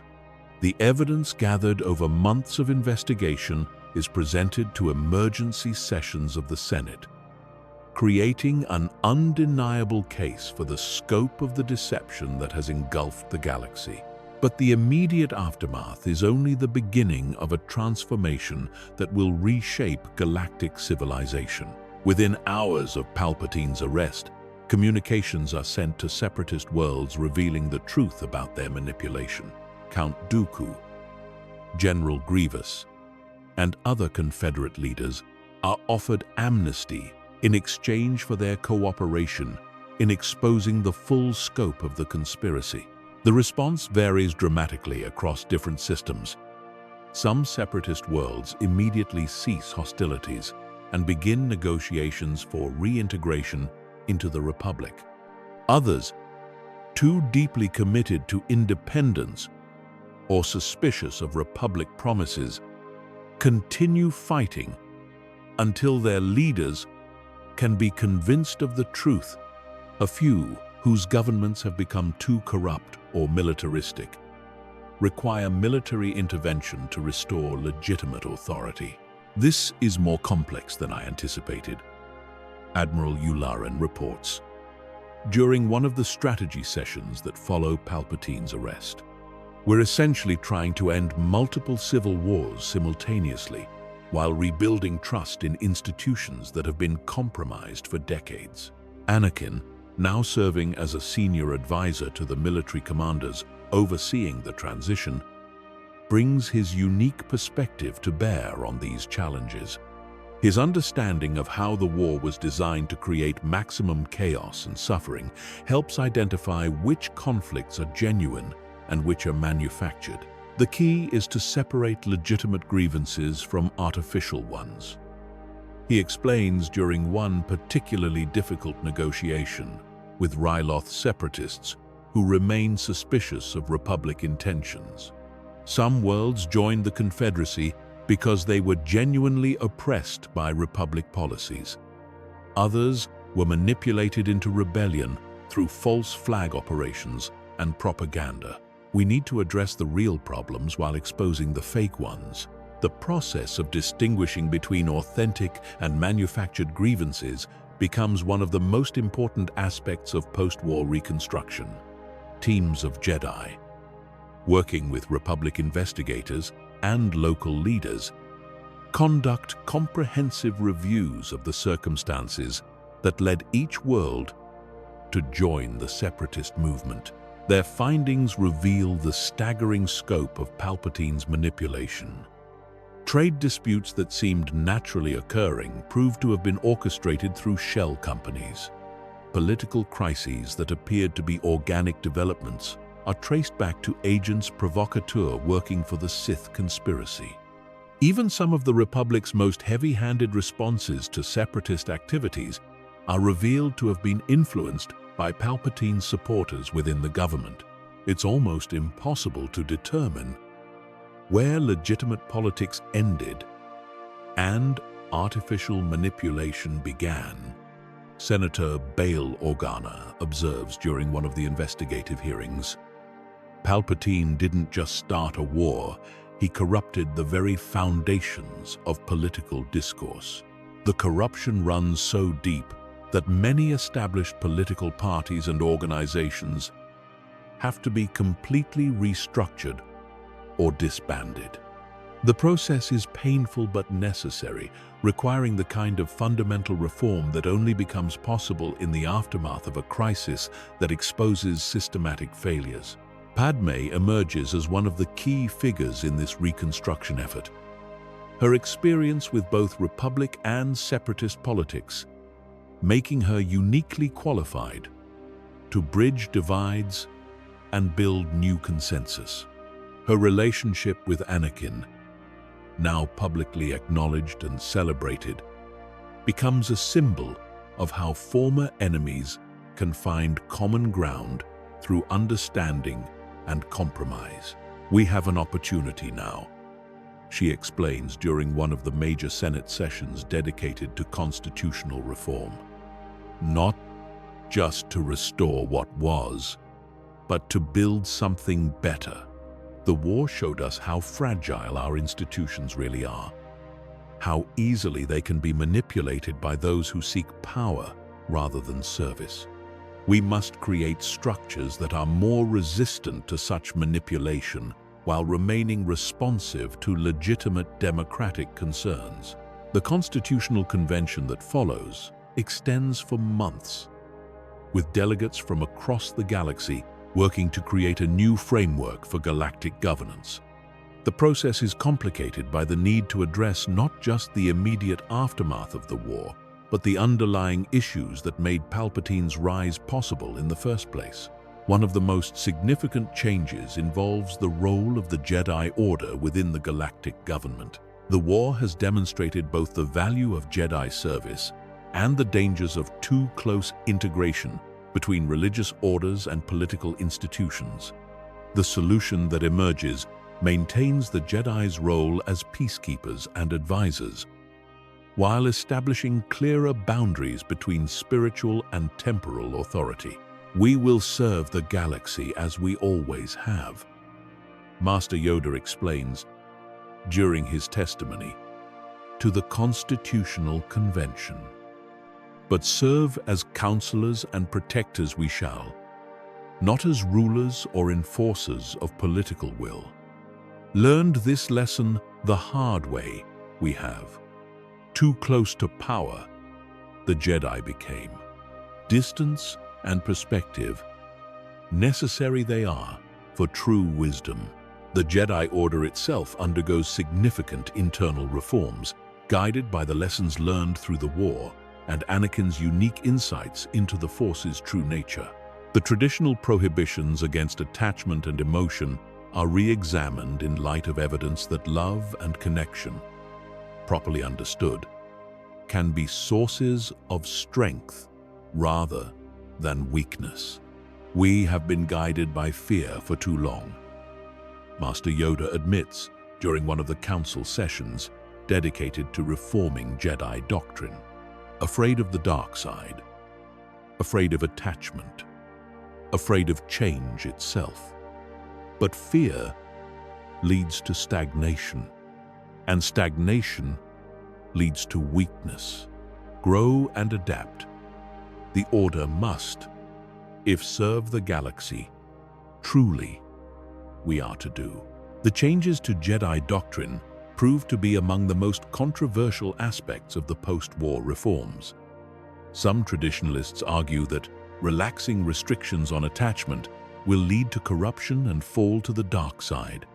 Others contend that the previous approach had already failed, pointing to the multiple Jedi who fell during the war, despite following traditional teachings. The debate is resolved through a careful study of actual outcomes, rather than theoretical concerns. Analysis of Jedi who fell to the dark side reveals that attachment itself was rarely the determining factor. Rather, it was the fear of loss, the attempt to control outcomes, and the rejection of change that led to corruption. Love is not attachment, Master Shakti explains during one of the key debates. Attachment is fear of loss, possessiveness, desire to control. Love is giving freely, supporting growth, choosing another's happiness above your own. Understand this distinction.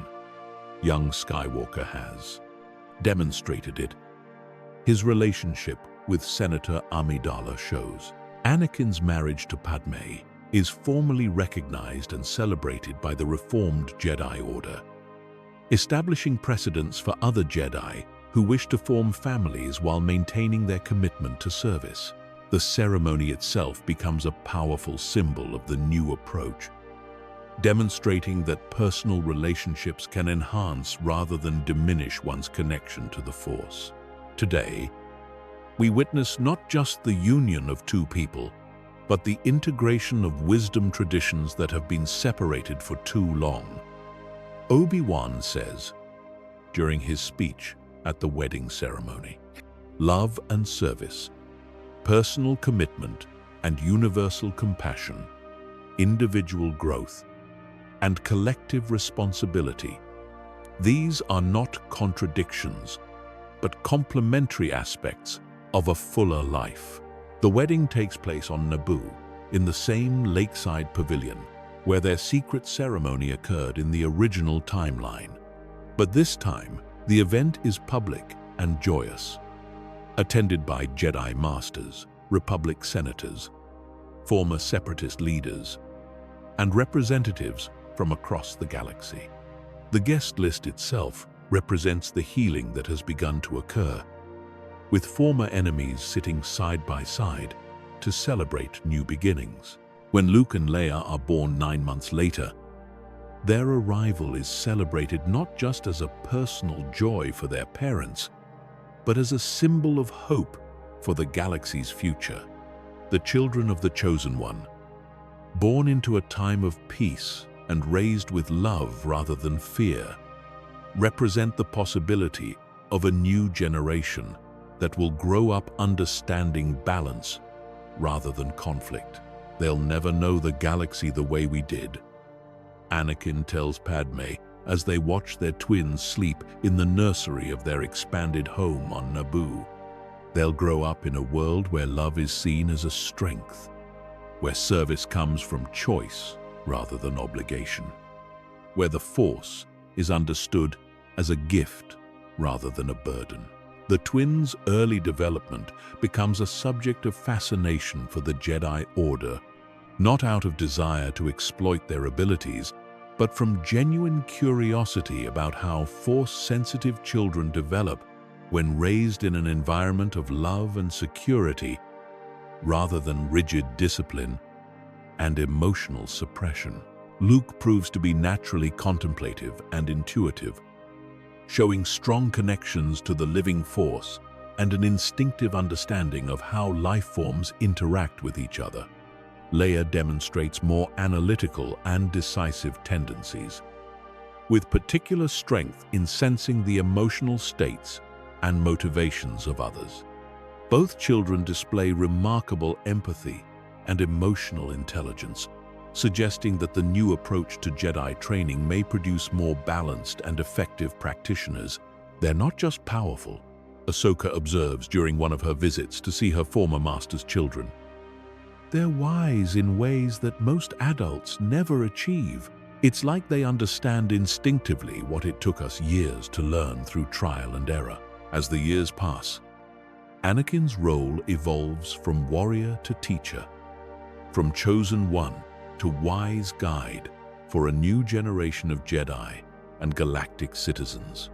His experiences with both light and dark sides of the Force, his journey from fall to redemption, become integrated into educational curricula throughout the galaxy, helping future students understand that wisdom comes not from avoiding temptation but from facing it with understanding and choice. The Jedi Academy that he helps establish on Yavin 4 becomes a model for the new approach to Force training. Unlike the traditional temple with its emphasis on separation from the wider world, the new academy integrates spiritual development with practical service, encouraging students to maintain connections with their families and communities while developing their abilities. The Force doesn't exist in isolation. Anakin explains to one of his first classes of students, a diverse group that includes former separatist youth, alongside traditional Republic candidates. It flows through all life, connects all beings, encompasses all experiences. To truly understand it, we must engage with the full spectrum of existence, not retreat from it. The curriculum he develops emphasizes not just lightsaber combat and Force techniques, but also philosophy, psychology, history, and practical skills that allow Jedi to serve as effective mediators, counselors, and community leaders. Students spend equal time in meditation and in service projects, learning to balance inner development with outer engagement. One of the most significant innovations is the integration of former Sith teachings into the curriculum, not to promote the dark side, but to ensure that students understand its nature and can recognize its influence. The approach proves controversial but effective, producing Jedi who are more resistant to corruption because they understand temptation rather than simply avoiding it. Darkness is not something external that attacks us, Anakin teaches during one of his advanced seminars. It's part of the same Force that gives us strength and wisdom. The question is not whether we'll encounter darkness, but how we'll respond when we do. Will we let it control us? Or will we learn to work with it as part of a greater balance? His students include some remarkable individuals who go on to become leaders in the new galactic order. Among them is Jacen Solo, the son of a former Imperial officer who chose redemption over revenge, and Jaina Solo, whose parents were separatist leaders who helped expose Palpatine's conspiracy. Their presence in the same class demonstrates how the new academy brings together young people from all backgrounds and perspectives. Master Skywalker, Jacen asks during one particularly challenging discussion, about the nature of power and responsibility. How do we know when we're strong enough to help others without imposing our will on them? That's the central question every Jedi must answer for themselves. Anakin replies, "Power without wisdom is tyranny, but wisdom without power is helplessness." The balance comes from understanding that true strength lies not in your ability to control others, but in your willingness to empower them to make their own choices. The philosophical sophistication of such discussions reflects how much the understanding of the Force has evolved. Students are encouraged to question traditional assumptions, to explore difficult concepts, and to develop their own understanding of how to serve the greater good while respecting individual autonomy. As Luke and Leia grow older, they begin to attend classes at their father's academy, though they are treated no differently from other students. Their presence creates interesting dynamics, as other children must learn to relate to them as peers rather than celebrities, while Luke and Leia must develop their own identities separate from their father's legend. It's not easy being the children of the Chosen One. Leia confides to Ahsoka during one of their conversations. "Everyone expects us to be exceptional, to follow in his footsteps, to save the galaxy like he did. But what if we want to do something different? What if our path leads elsewhere? Then you follow your path."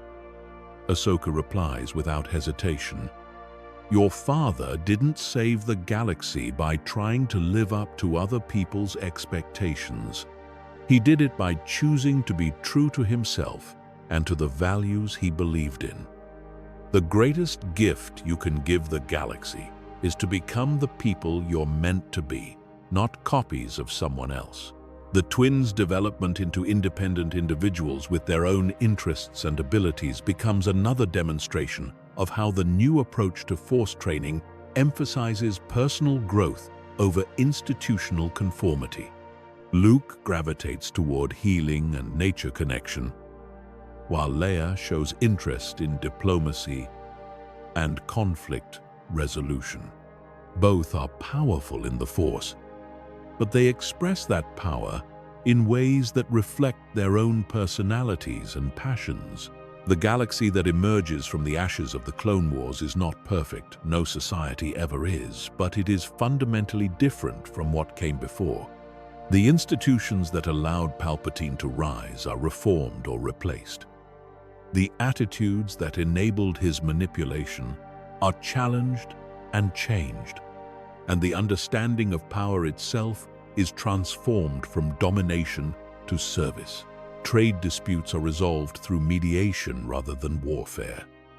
Political disagreements are addressed through dialogue rather than manipulation. The military forces that remain are focused on genuine defense rather than power projection. Most importantly, the cultural expectation that might makes right is replaced by an understanding that strength serves best when it empowers others. "We're not building a utopia," Senator Organa explains during one of the regular progress reviews that have become standard practice.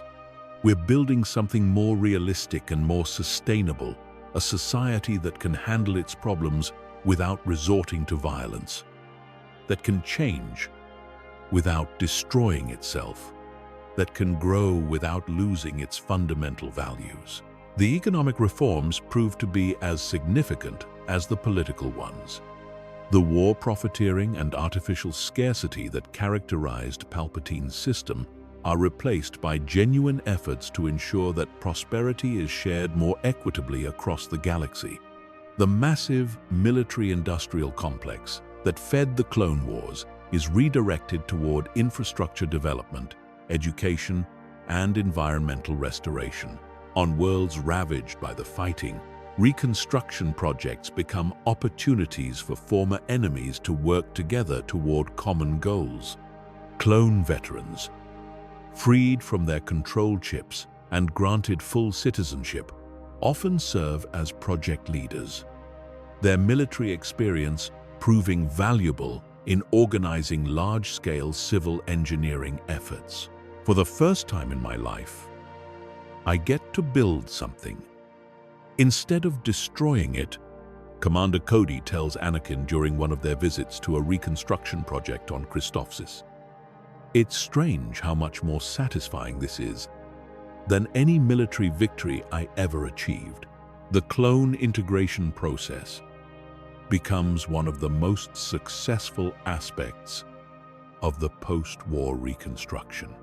Their unique perspective as beings created for war but capable of choosing peace provides valuable insights into the nature of choice and identity. Many become teachers, counselors, or community leaders, using their experience to help others understand the importance of personal agency.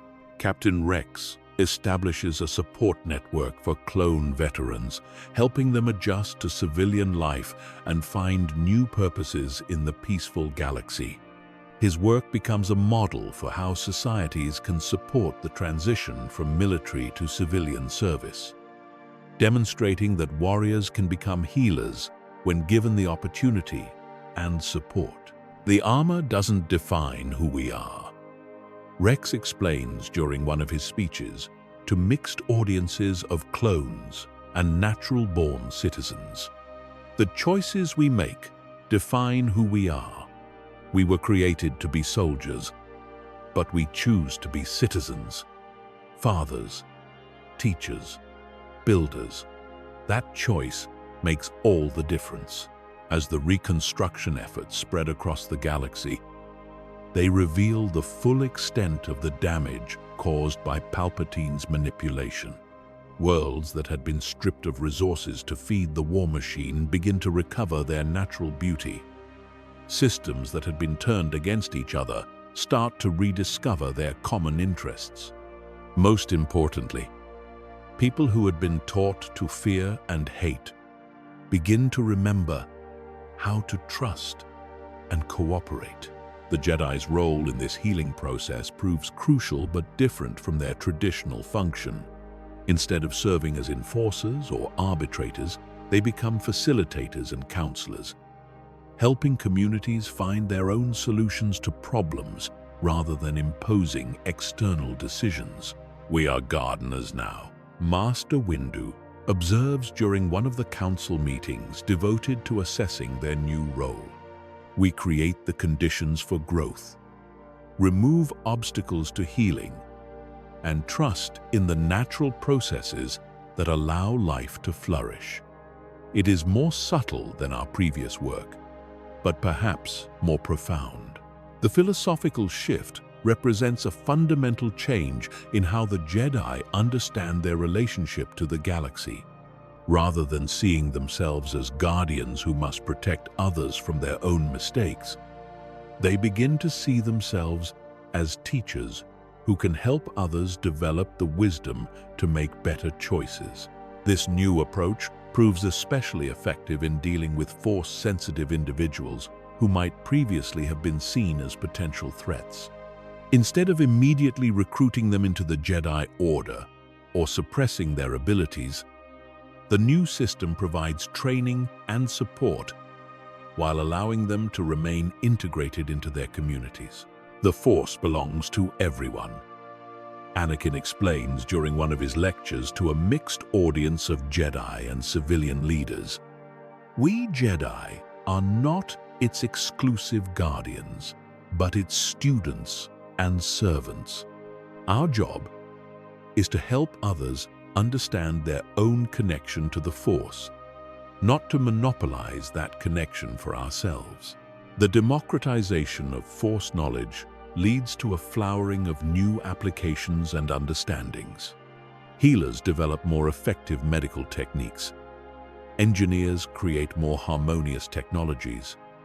Artists produce works of unprecedented beauty and power. The Force becomes integrated into galactic civilization in ways that enhance rather than threaten secular society. 20 years after Palpatine's defeat, the transformation is complete enough that the galaxy hardly recognizes itself. A new generation has grown up without experiencing war, without living under authoritarian rule, without accepting that might makes right. They take for granted freedoms and opportunities that their parents fought to achieve. One evening, as Anakin sits in his garden on Naboo watching his adult children play with their own young families, he reflects on the journey that brought them all to this point. Luke has become a renowned healer and philosopher, while Leia serves as a senior diplomat, helping to resolve the last vestiges of inter-system conflicts. Both have chosen paths that honor their heritage while expressing their own unique gifts. Do you ever regret it? Obi-Wan asks, settling beside his former Padawan on the bench they've shared through so many conversations over the years. The burden of knowledge you carried, the responsibility of changing the course of galactic history? Anakin considers the question while watching his grandchildren chase each other through the flowering trees, their laughter echoing across the peaceful evening. 3 generations of his family are gathered here. His mother, Shmi, now elderly but still vibrant. His wife, Padme, silver-haired but still beautiful. His children, Luke and Leia, with their own spouses. And the newest additions to the family, grandchildren who represent the future he helped create. Regret it? Never, he says finally. Knowledge is only a burden if you try to carry it alone. But I wasn't alone. I had you, I had the other Jedi, I had Padme and the children. Most importantly, I had the Force itself, guiding me toward wisdom instead of power.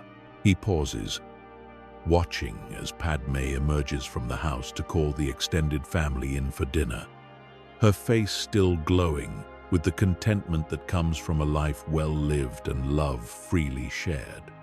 Around the large table that has been set under the stars, representatives of the new galaxy gather, former enemies now friends, artificial beings granted full citizenship, children who have never known anything but peace and freedom. The Force gave me something precious beyond measure, Anakin continues. Not just a second chance, but the wisdom to recognize it as such. Most people never get the opportunity to correct their greatest mistakes, to choose differently when the consequences are so clear. I was blessed with that opportunity, and I think I made the most of it. As the twin suns of Naboo set on another peaceful day, casting long shadows across a galaxy finally at rest, Anakin Skywalker reflects on the completion of his true destiny. He has been the chosen one, the fallen hero, the redeemed father, the wise teacher, and finally, the grandfather who gets to see his legacy flourish in ways he never dared imagine.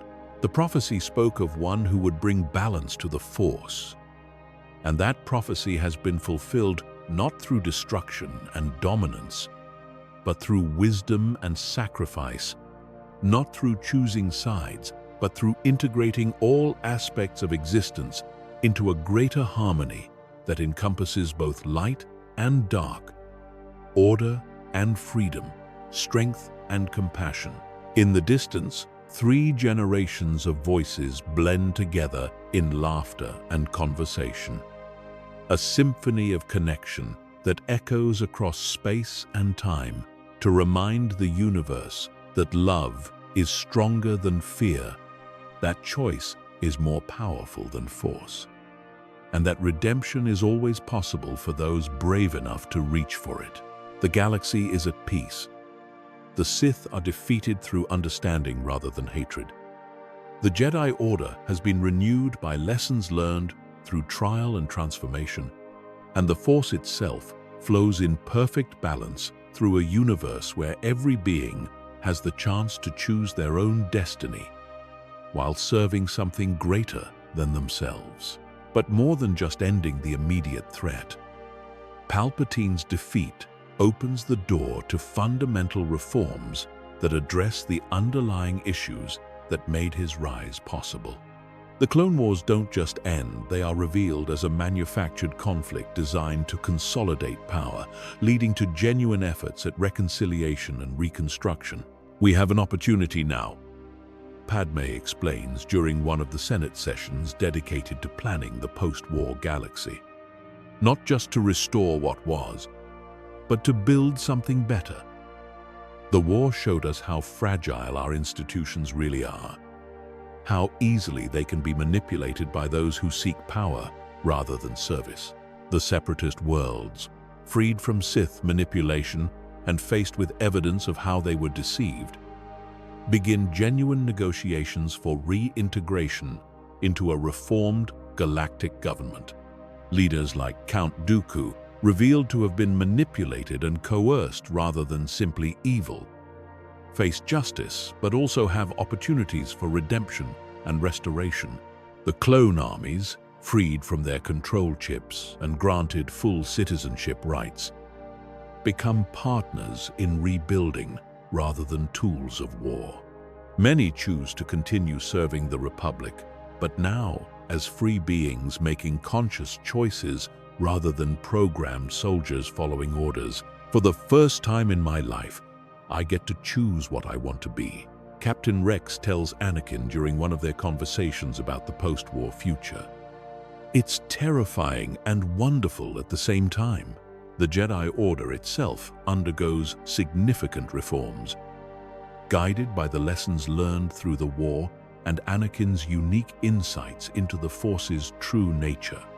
The traditional prohibitions against attachment and emotion are re-examined in light of evidence that love and connection, properly understood, can be sources of strength rather than weakness. We have been guided by fear for too long.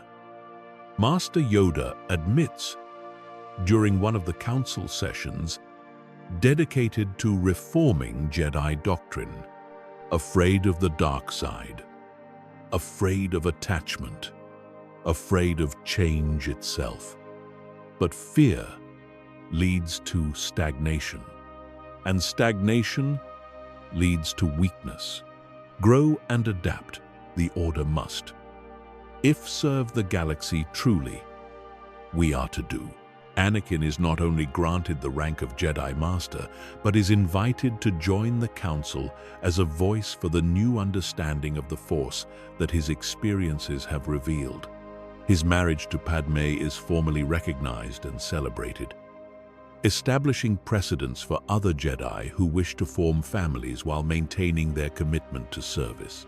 When Luke and Leia are born, their arrival is celebrated not just as a personal joy for their parents, but as a symbol of hope for the galaxy's future. The children of the Chosen One, born into a time of peace and raised with love rather than fear, represent the possibility of a new generation that will grow up understanding balance rather than conflict. They'll never know the galaxy the way we did. Anakin tells Padme as they watch their twins sleep in the nursery of their home on Naboo. They'll grow up in a world where love is seen as a strength, where service comes from choice rather than obligation, where the Force is understood as a gift rather than a burden. As the years pass, Anakin's role evolves from warrior to teacher, from chosen one to wise guide for a new generation of Jedi. His experiences with both light and dark sides of the Force, his journey from fall to redemption, become integrated into Jedi training curricula, helping future students understand that wisdom comes not from avoiding temptation, but from facing it with understanding and choice. The galaxy that emerges from the ashes of the Clone Wars is not perfect. No society ever is, but it is fundamentally different from what came before. The institutions that allowed Palpatine to rise are reformed or replaced. The attitudes that enabled his manipulation are challenged and changed, and the understanding of power itself is transformed from domination to service. One evening, 20 years after Palpatine's defeat, Anakin sits in the same garden where he once contemplated the weight of his impossible knowledge. But now, instead of the burden of preventing tragedy, he carries the satisfaction of having helped create something beautiful. Luke and Leia, now young adults training in their own right, practice lightsaber forms on the lawn, while their parents watch with pride and contentment. "Do you ever regret it?" Obi-Wan asks, settling beside his former Padawan on the bench they've shared through so many conversations over the years. "The burden of knowledge you carried? The responsibility of changing the course of galactic history?" Anakin considers the question while watching his children laugh together as they spar, their joy in simple movement and competition a testament to the peace that now defines their world. "Regret it? Never," he says finally. "Knowledge is only a burden if you try to carry it alone. But I wasn't alone. I had you. I had the other Jedi. I had Padme and the children. Most importantly, I had the Force itself, guiding me toward wisdom instead of power."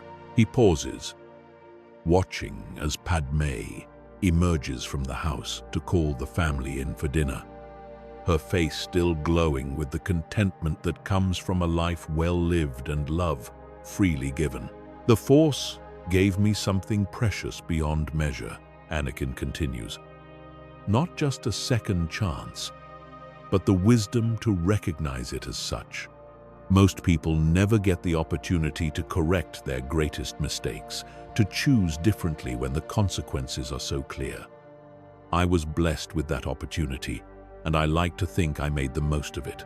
As the twin suns of Naboo set on another peaceful day, casting long shadows across a galaxy finally at rest, Anakin Skywalker reflects on the journey that brought him to this moment. He has been the chosen one, the fallen hero, the redeemed father, and finally, the wise teacher who helped others find their own paths to balance and understanding. The prophecy spoke of one who would bring balance to the Force, and that prophecy has been fulfilled not through destruction and dominance, but through wisdom and sacrifice. Not through choosing sides, but through integrating all aspects of existence into a greater harmony. Somewhere in the distance, the sound of children's laughter carries on the evening breeze, a reminder that the future belongs not to those who seek power, but to those who choose love, not to those who dominate, but to those who serve, not to those who fall to darkness, but to those who rise again toward the light. The galaxy is at peace. The Sith are defeated through understanding rather than hatred. The Jedi Order has been renewed by lessons learned through trial and redemption, and the Force itself flows in perfect balance through a universe where love conquers fear and wisdom triumphs over power. That's our theory. The Star Wars universe is a galaxy filled with exciting stories and possibilities, and we love exploring them. If you want to accompany us on this journey to a galaxy far, far away, then please like, share, and subscribe to our channel. His guidance helps her develop not just as a warrior, but as a person, someone who understands that strength comes from connection to others rather than dominance over them. When the crisis that led to her trial in the original timeline begins to develop Barriss Offee's growing disillusionment with the war, Anakin is ready to intervene before tragedy can unfold. He finds Barriss in the temple archives one evening, her face troubled, as she researches the historical precedents for Jedi involvement in galactic conflicts. The weight of the war, the moral compromises it seems to demand, the distance between Jedi ideals and wartime realities, all of it has been eating away at her faith in the Order. "You're struggling with the contradictions," Anakin observes gently, settling down beside her. Among the ancient texts, the way this war seems to force us to become everything we once stood against. Barriss looks up, surprised by his perceptiveness. "How did you know?" "Because I've felt the same doubts, the same anger at the way circumstances seem to push us toward compromise," he says honestly. "The war is corrupting all of us, Barriss, making us into generals instead of peacekeepers, soldiers instead of guardians. But the solution isn't to attack the symptom, it's to address the disease." The conversation that follows extends deep into the night, with Anakin sharing insights about the true nature of the conflict, the hidden forces manipulating events from the shadows, and the importance of maintaining hope even in the darkest circumstances. His wisdom and understanding help Barriss see that there are ways to fight the corruption of war without becoming corrupted themselves. If we want to expose the truth about this war, about who's really behind it and why, Anakin explains, we need evidence, not explosions. We need to build a case that will convince people, not create more martyrs for the wrong cause. Working together, they begin a careful investigation into the true powers behind the conflict, gathering evidence and building networks of trust that will prove crucial in the final confrontation with the Sith. Barriss's analytical skills and Anakin's strategic insights create a powerful combination that begins to unravel the web of deception that has entangled the galaxy. As their investigation progresses, they uncover patterns of manipulation that stretch back years, connections between seemingly unrelated events that reveal the scope of the conspiracy they're facing. The evidence they gather implicates not just the separatist leadership, but elements within the Republic Senate itself, painting a picture of a conflict engineered by forces that profit from chaos and suffering. "It's him, isn't it?" Barriss says one evening as they review financial records that trace suspicious transactions back to a network of shell corporations. "The Chancellor. He's the one pulling the strings." "Yes," Anakin confirms, his voice heavy with the weight of knowledge he's carried for so long. "Palpatine is Darth Sidious, the Sith Lord, who's been orchestrating this entire war. But knowing the truth and proving it are two different things. We need irrefutable evidence, something that even his supporters can't deny or explain away." Their investigation becomes a careful cat-and-mouse game, with Anakin using his privileged position as the Chancellor's unofficial protege to gather intelligence, while Barriss analyzes the data and builds connections that reveal the full scope of the conspiracy. All the while, they're careful to maintain the appearance of loyalty and trust, knowing that revealing their suspicions too early could prove fatal. The breakthrough comes when they manage to intercept communications between Palpatine and his various agents, including Count Dooku and General Grievous. The recordings provide undeniable proof of his identity as Darth Sidious and his role in manipulating both sides of the conflict. But more than that, they reveal his ultimate plan, the complete destruction of the Jedi Order and the transformation of the Republic into a Sith empire. "We have him," Barriss says, her voice tight with excitement and fear as they review the evidence they've gathered. "This is enough to expose everything, to end the war, and bring him to justice." "Yes," Anakin agrees, but his expression is grave. "But we have to be careful about how we proceed. Palpatine has spent years building his network of supporters and loyalists. Even with this evidence, he'll try to spin it as a Jedi plot to seize power. We need to present our case in a way that leaves no room for doubt or interpretation. They decide to approach the Jedi Council first, presenting their evidence in a comprehensive briefing that demonstrates not just Palpatine's guilt, but the scope of his manipulation. The reaction is immediate and profound. Even masters who had begun to trust the Chancellor find themselves forced to confront the reality of his deception. Disturbing. These revelations are, Yoda observes, his ancient features creased with concern as he reviews the evidence. Long have the Sith prepared for this moment. Careful, we must be in our response. Mace Windu's reaction is more direct. This evidence is overwhelming. We have to act immediately, before he has a chance to implement whatever final phase of his plan he's been preparing.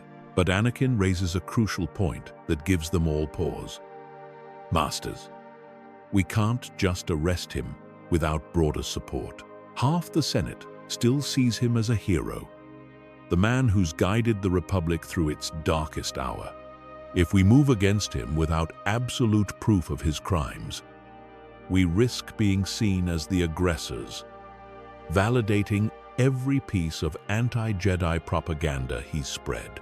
The strategic wisdom of his concern forces the Council to approach the situation with greater nuance than they might otherwise have considered. Instead of a direct confrontation, they develop a more sophisticated plan that involves presenting their evidence to key Senate leaders while simultaneously preparing for the inevitable violent response. The plan unfolds over several days, with different council members approaching trusted senators and Republic officials to share the evidence and build support for formal charges against the Chancellor. Meanwhile, Anakin continues his normal interactions with Palpatine, gathering additional intelligence while maintaining the appearance of loyalty.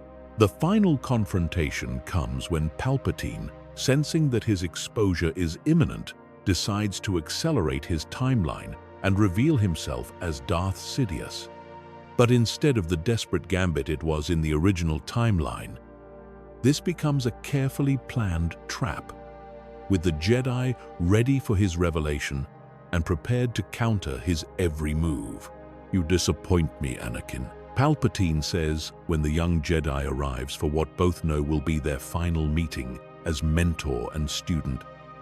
"I had such hopes for you, such plans for the power we could wield together." "I know what you are, Chancellor," Anakin replies calmly, his hand resting on his lightsaber hilt, but not yet drawing the weapon. "I've known for quite some time. The question is, are you going to come quietly?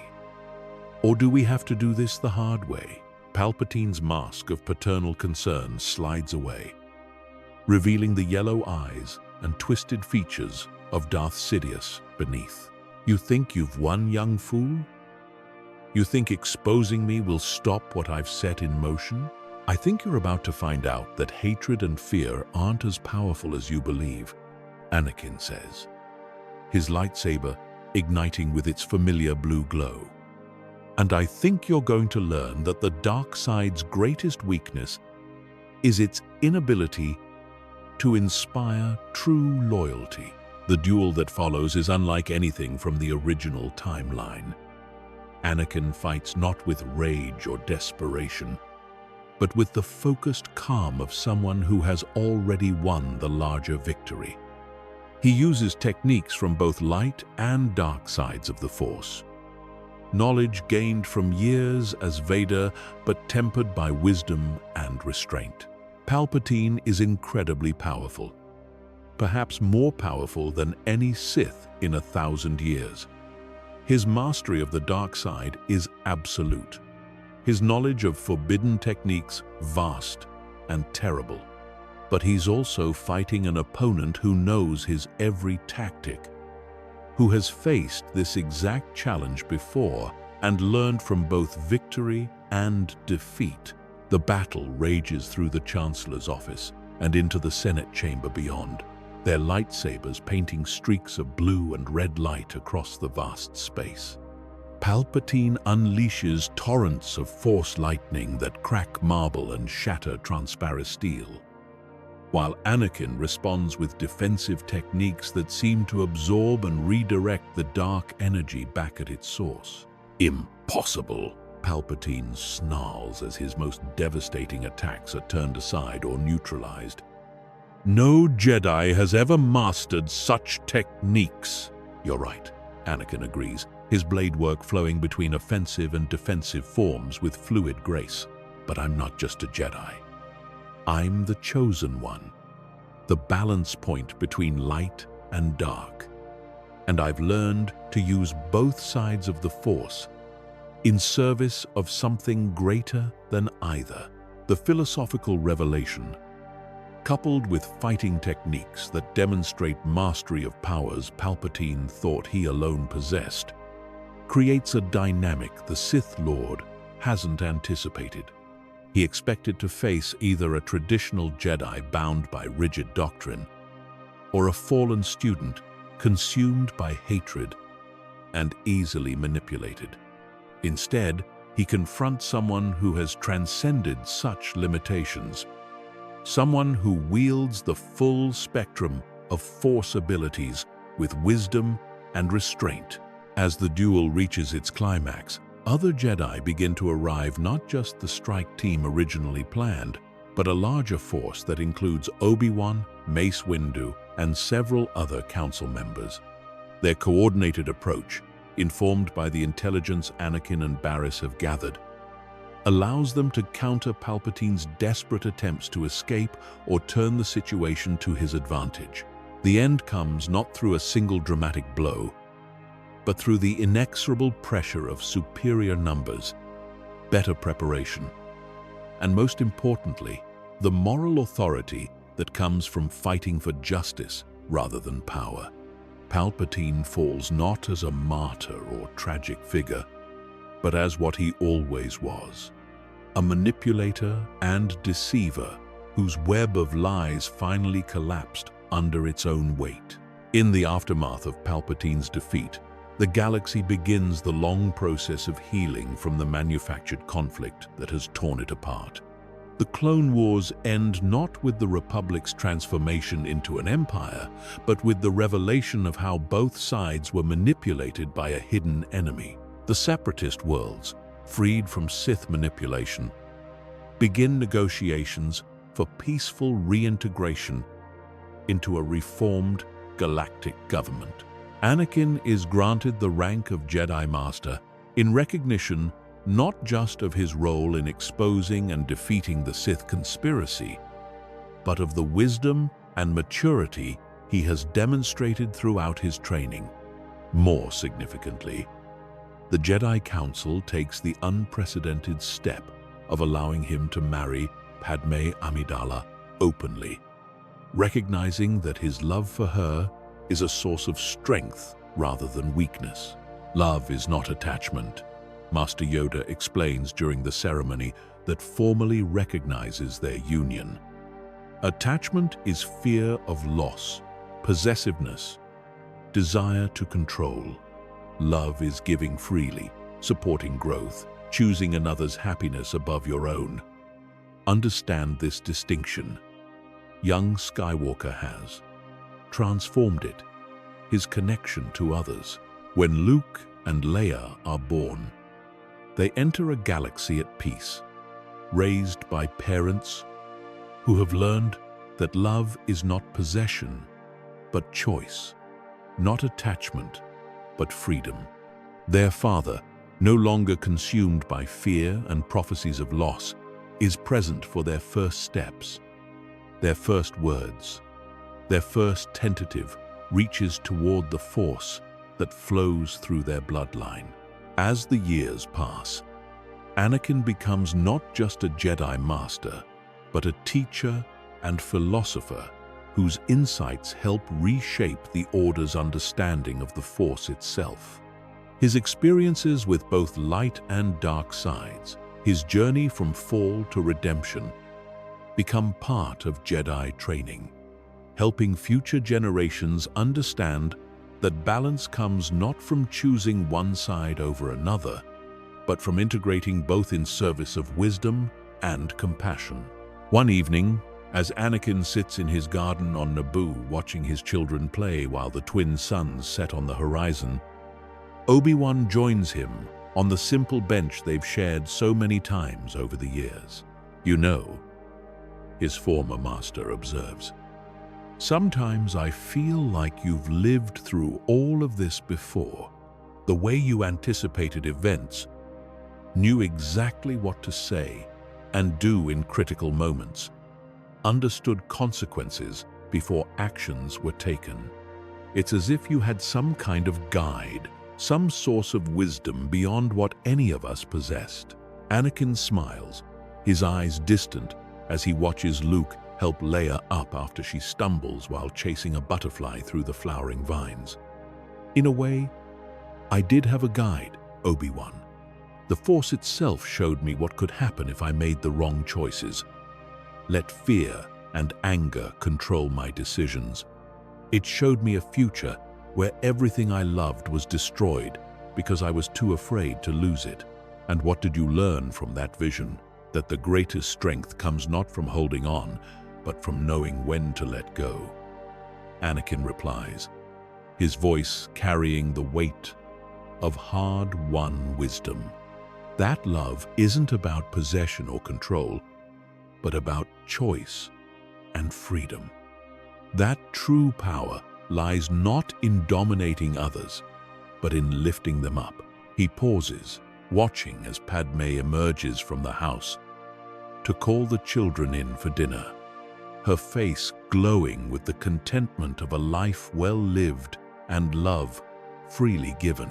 "Most importantly," he continues, "I learned that redemption is always possible, even for those who have fallen the farthest. The Force gave me a second chance, not because I deserved it, but because everyone deserves the opportunity to choose who they want to be. Every day, every moment, we get to decide whether we'll be heroes or villains, whether we'll spread light or darkness."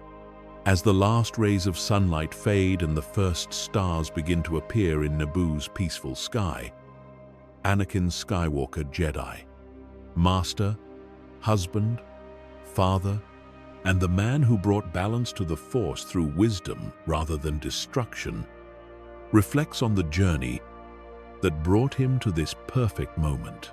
He has been given something precious beyond measure, the chance to be the hero he was always meant to be.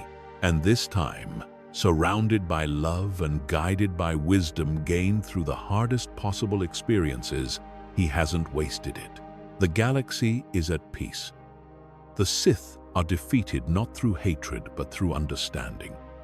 The Jedi Order has been reformed by lessons learned through trial and redemption. And somewhere in the distance, the sound of children's laughter carries on the evening breeze, a promise that the future will be brighter than anything the past could have imagined. That's our theory. The Star Wars universe is a galaxy filled with exciting stories and possibilities, and we love exploring them. If you want to accompany us on this journey to a galaxy far, far away, then please like, share, and subscribe to our channel.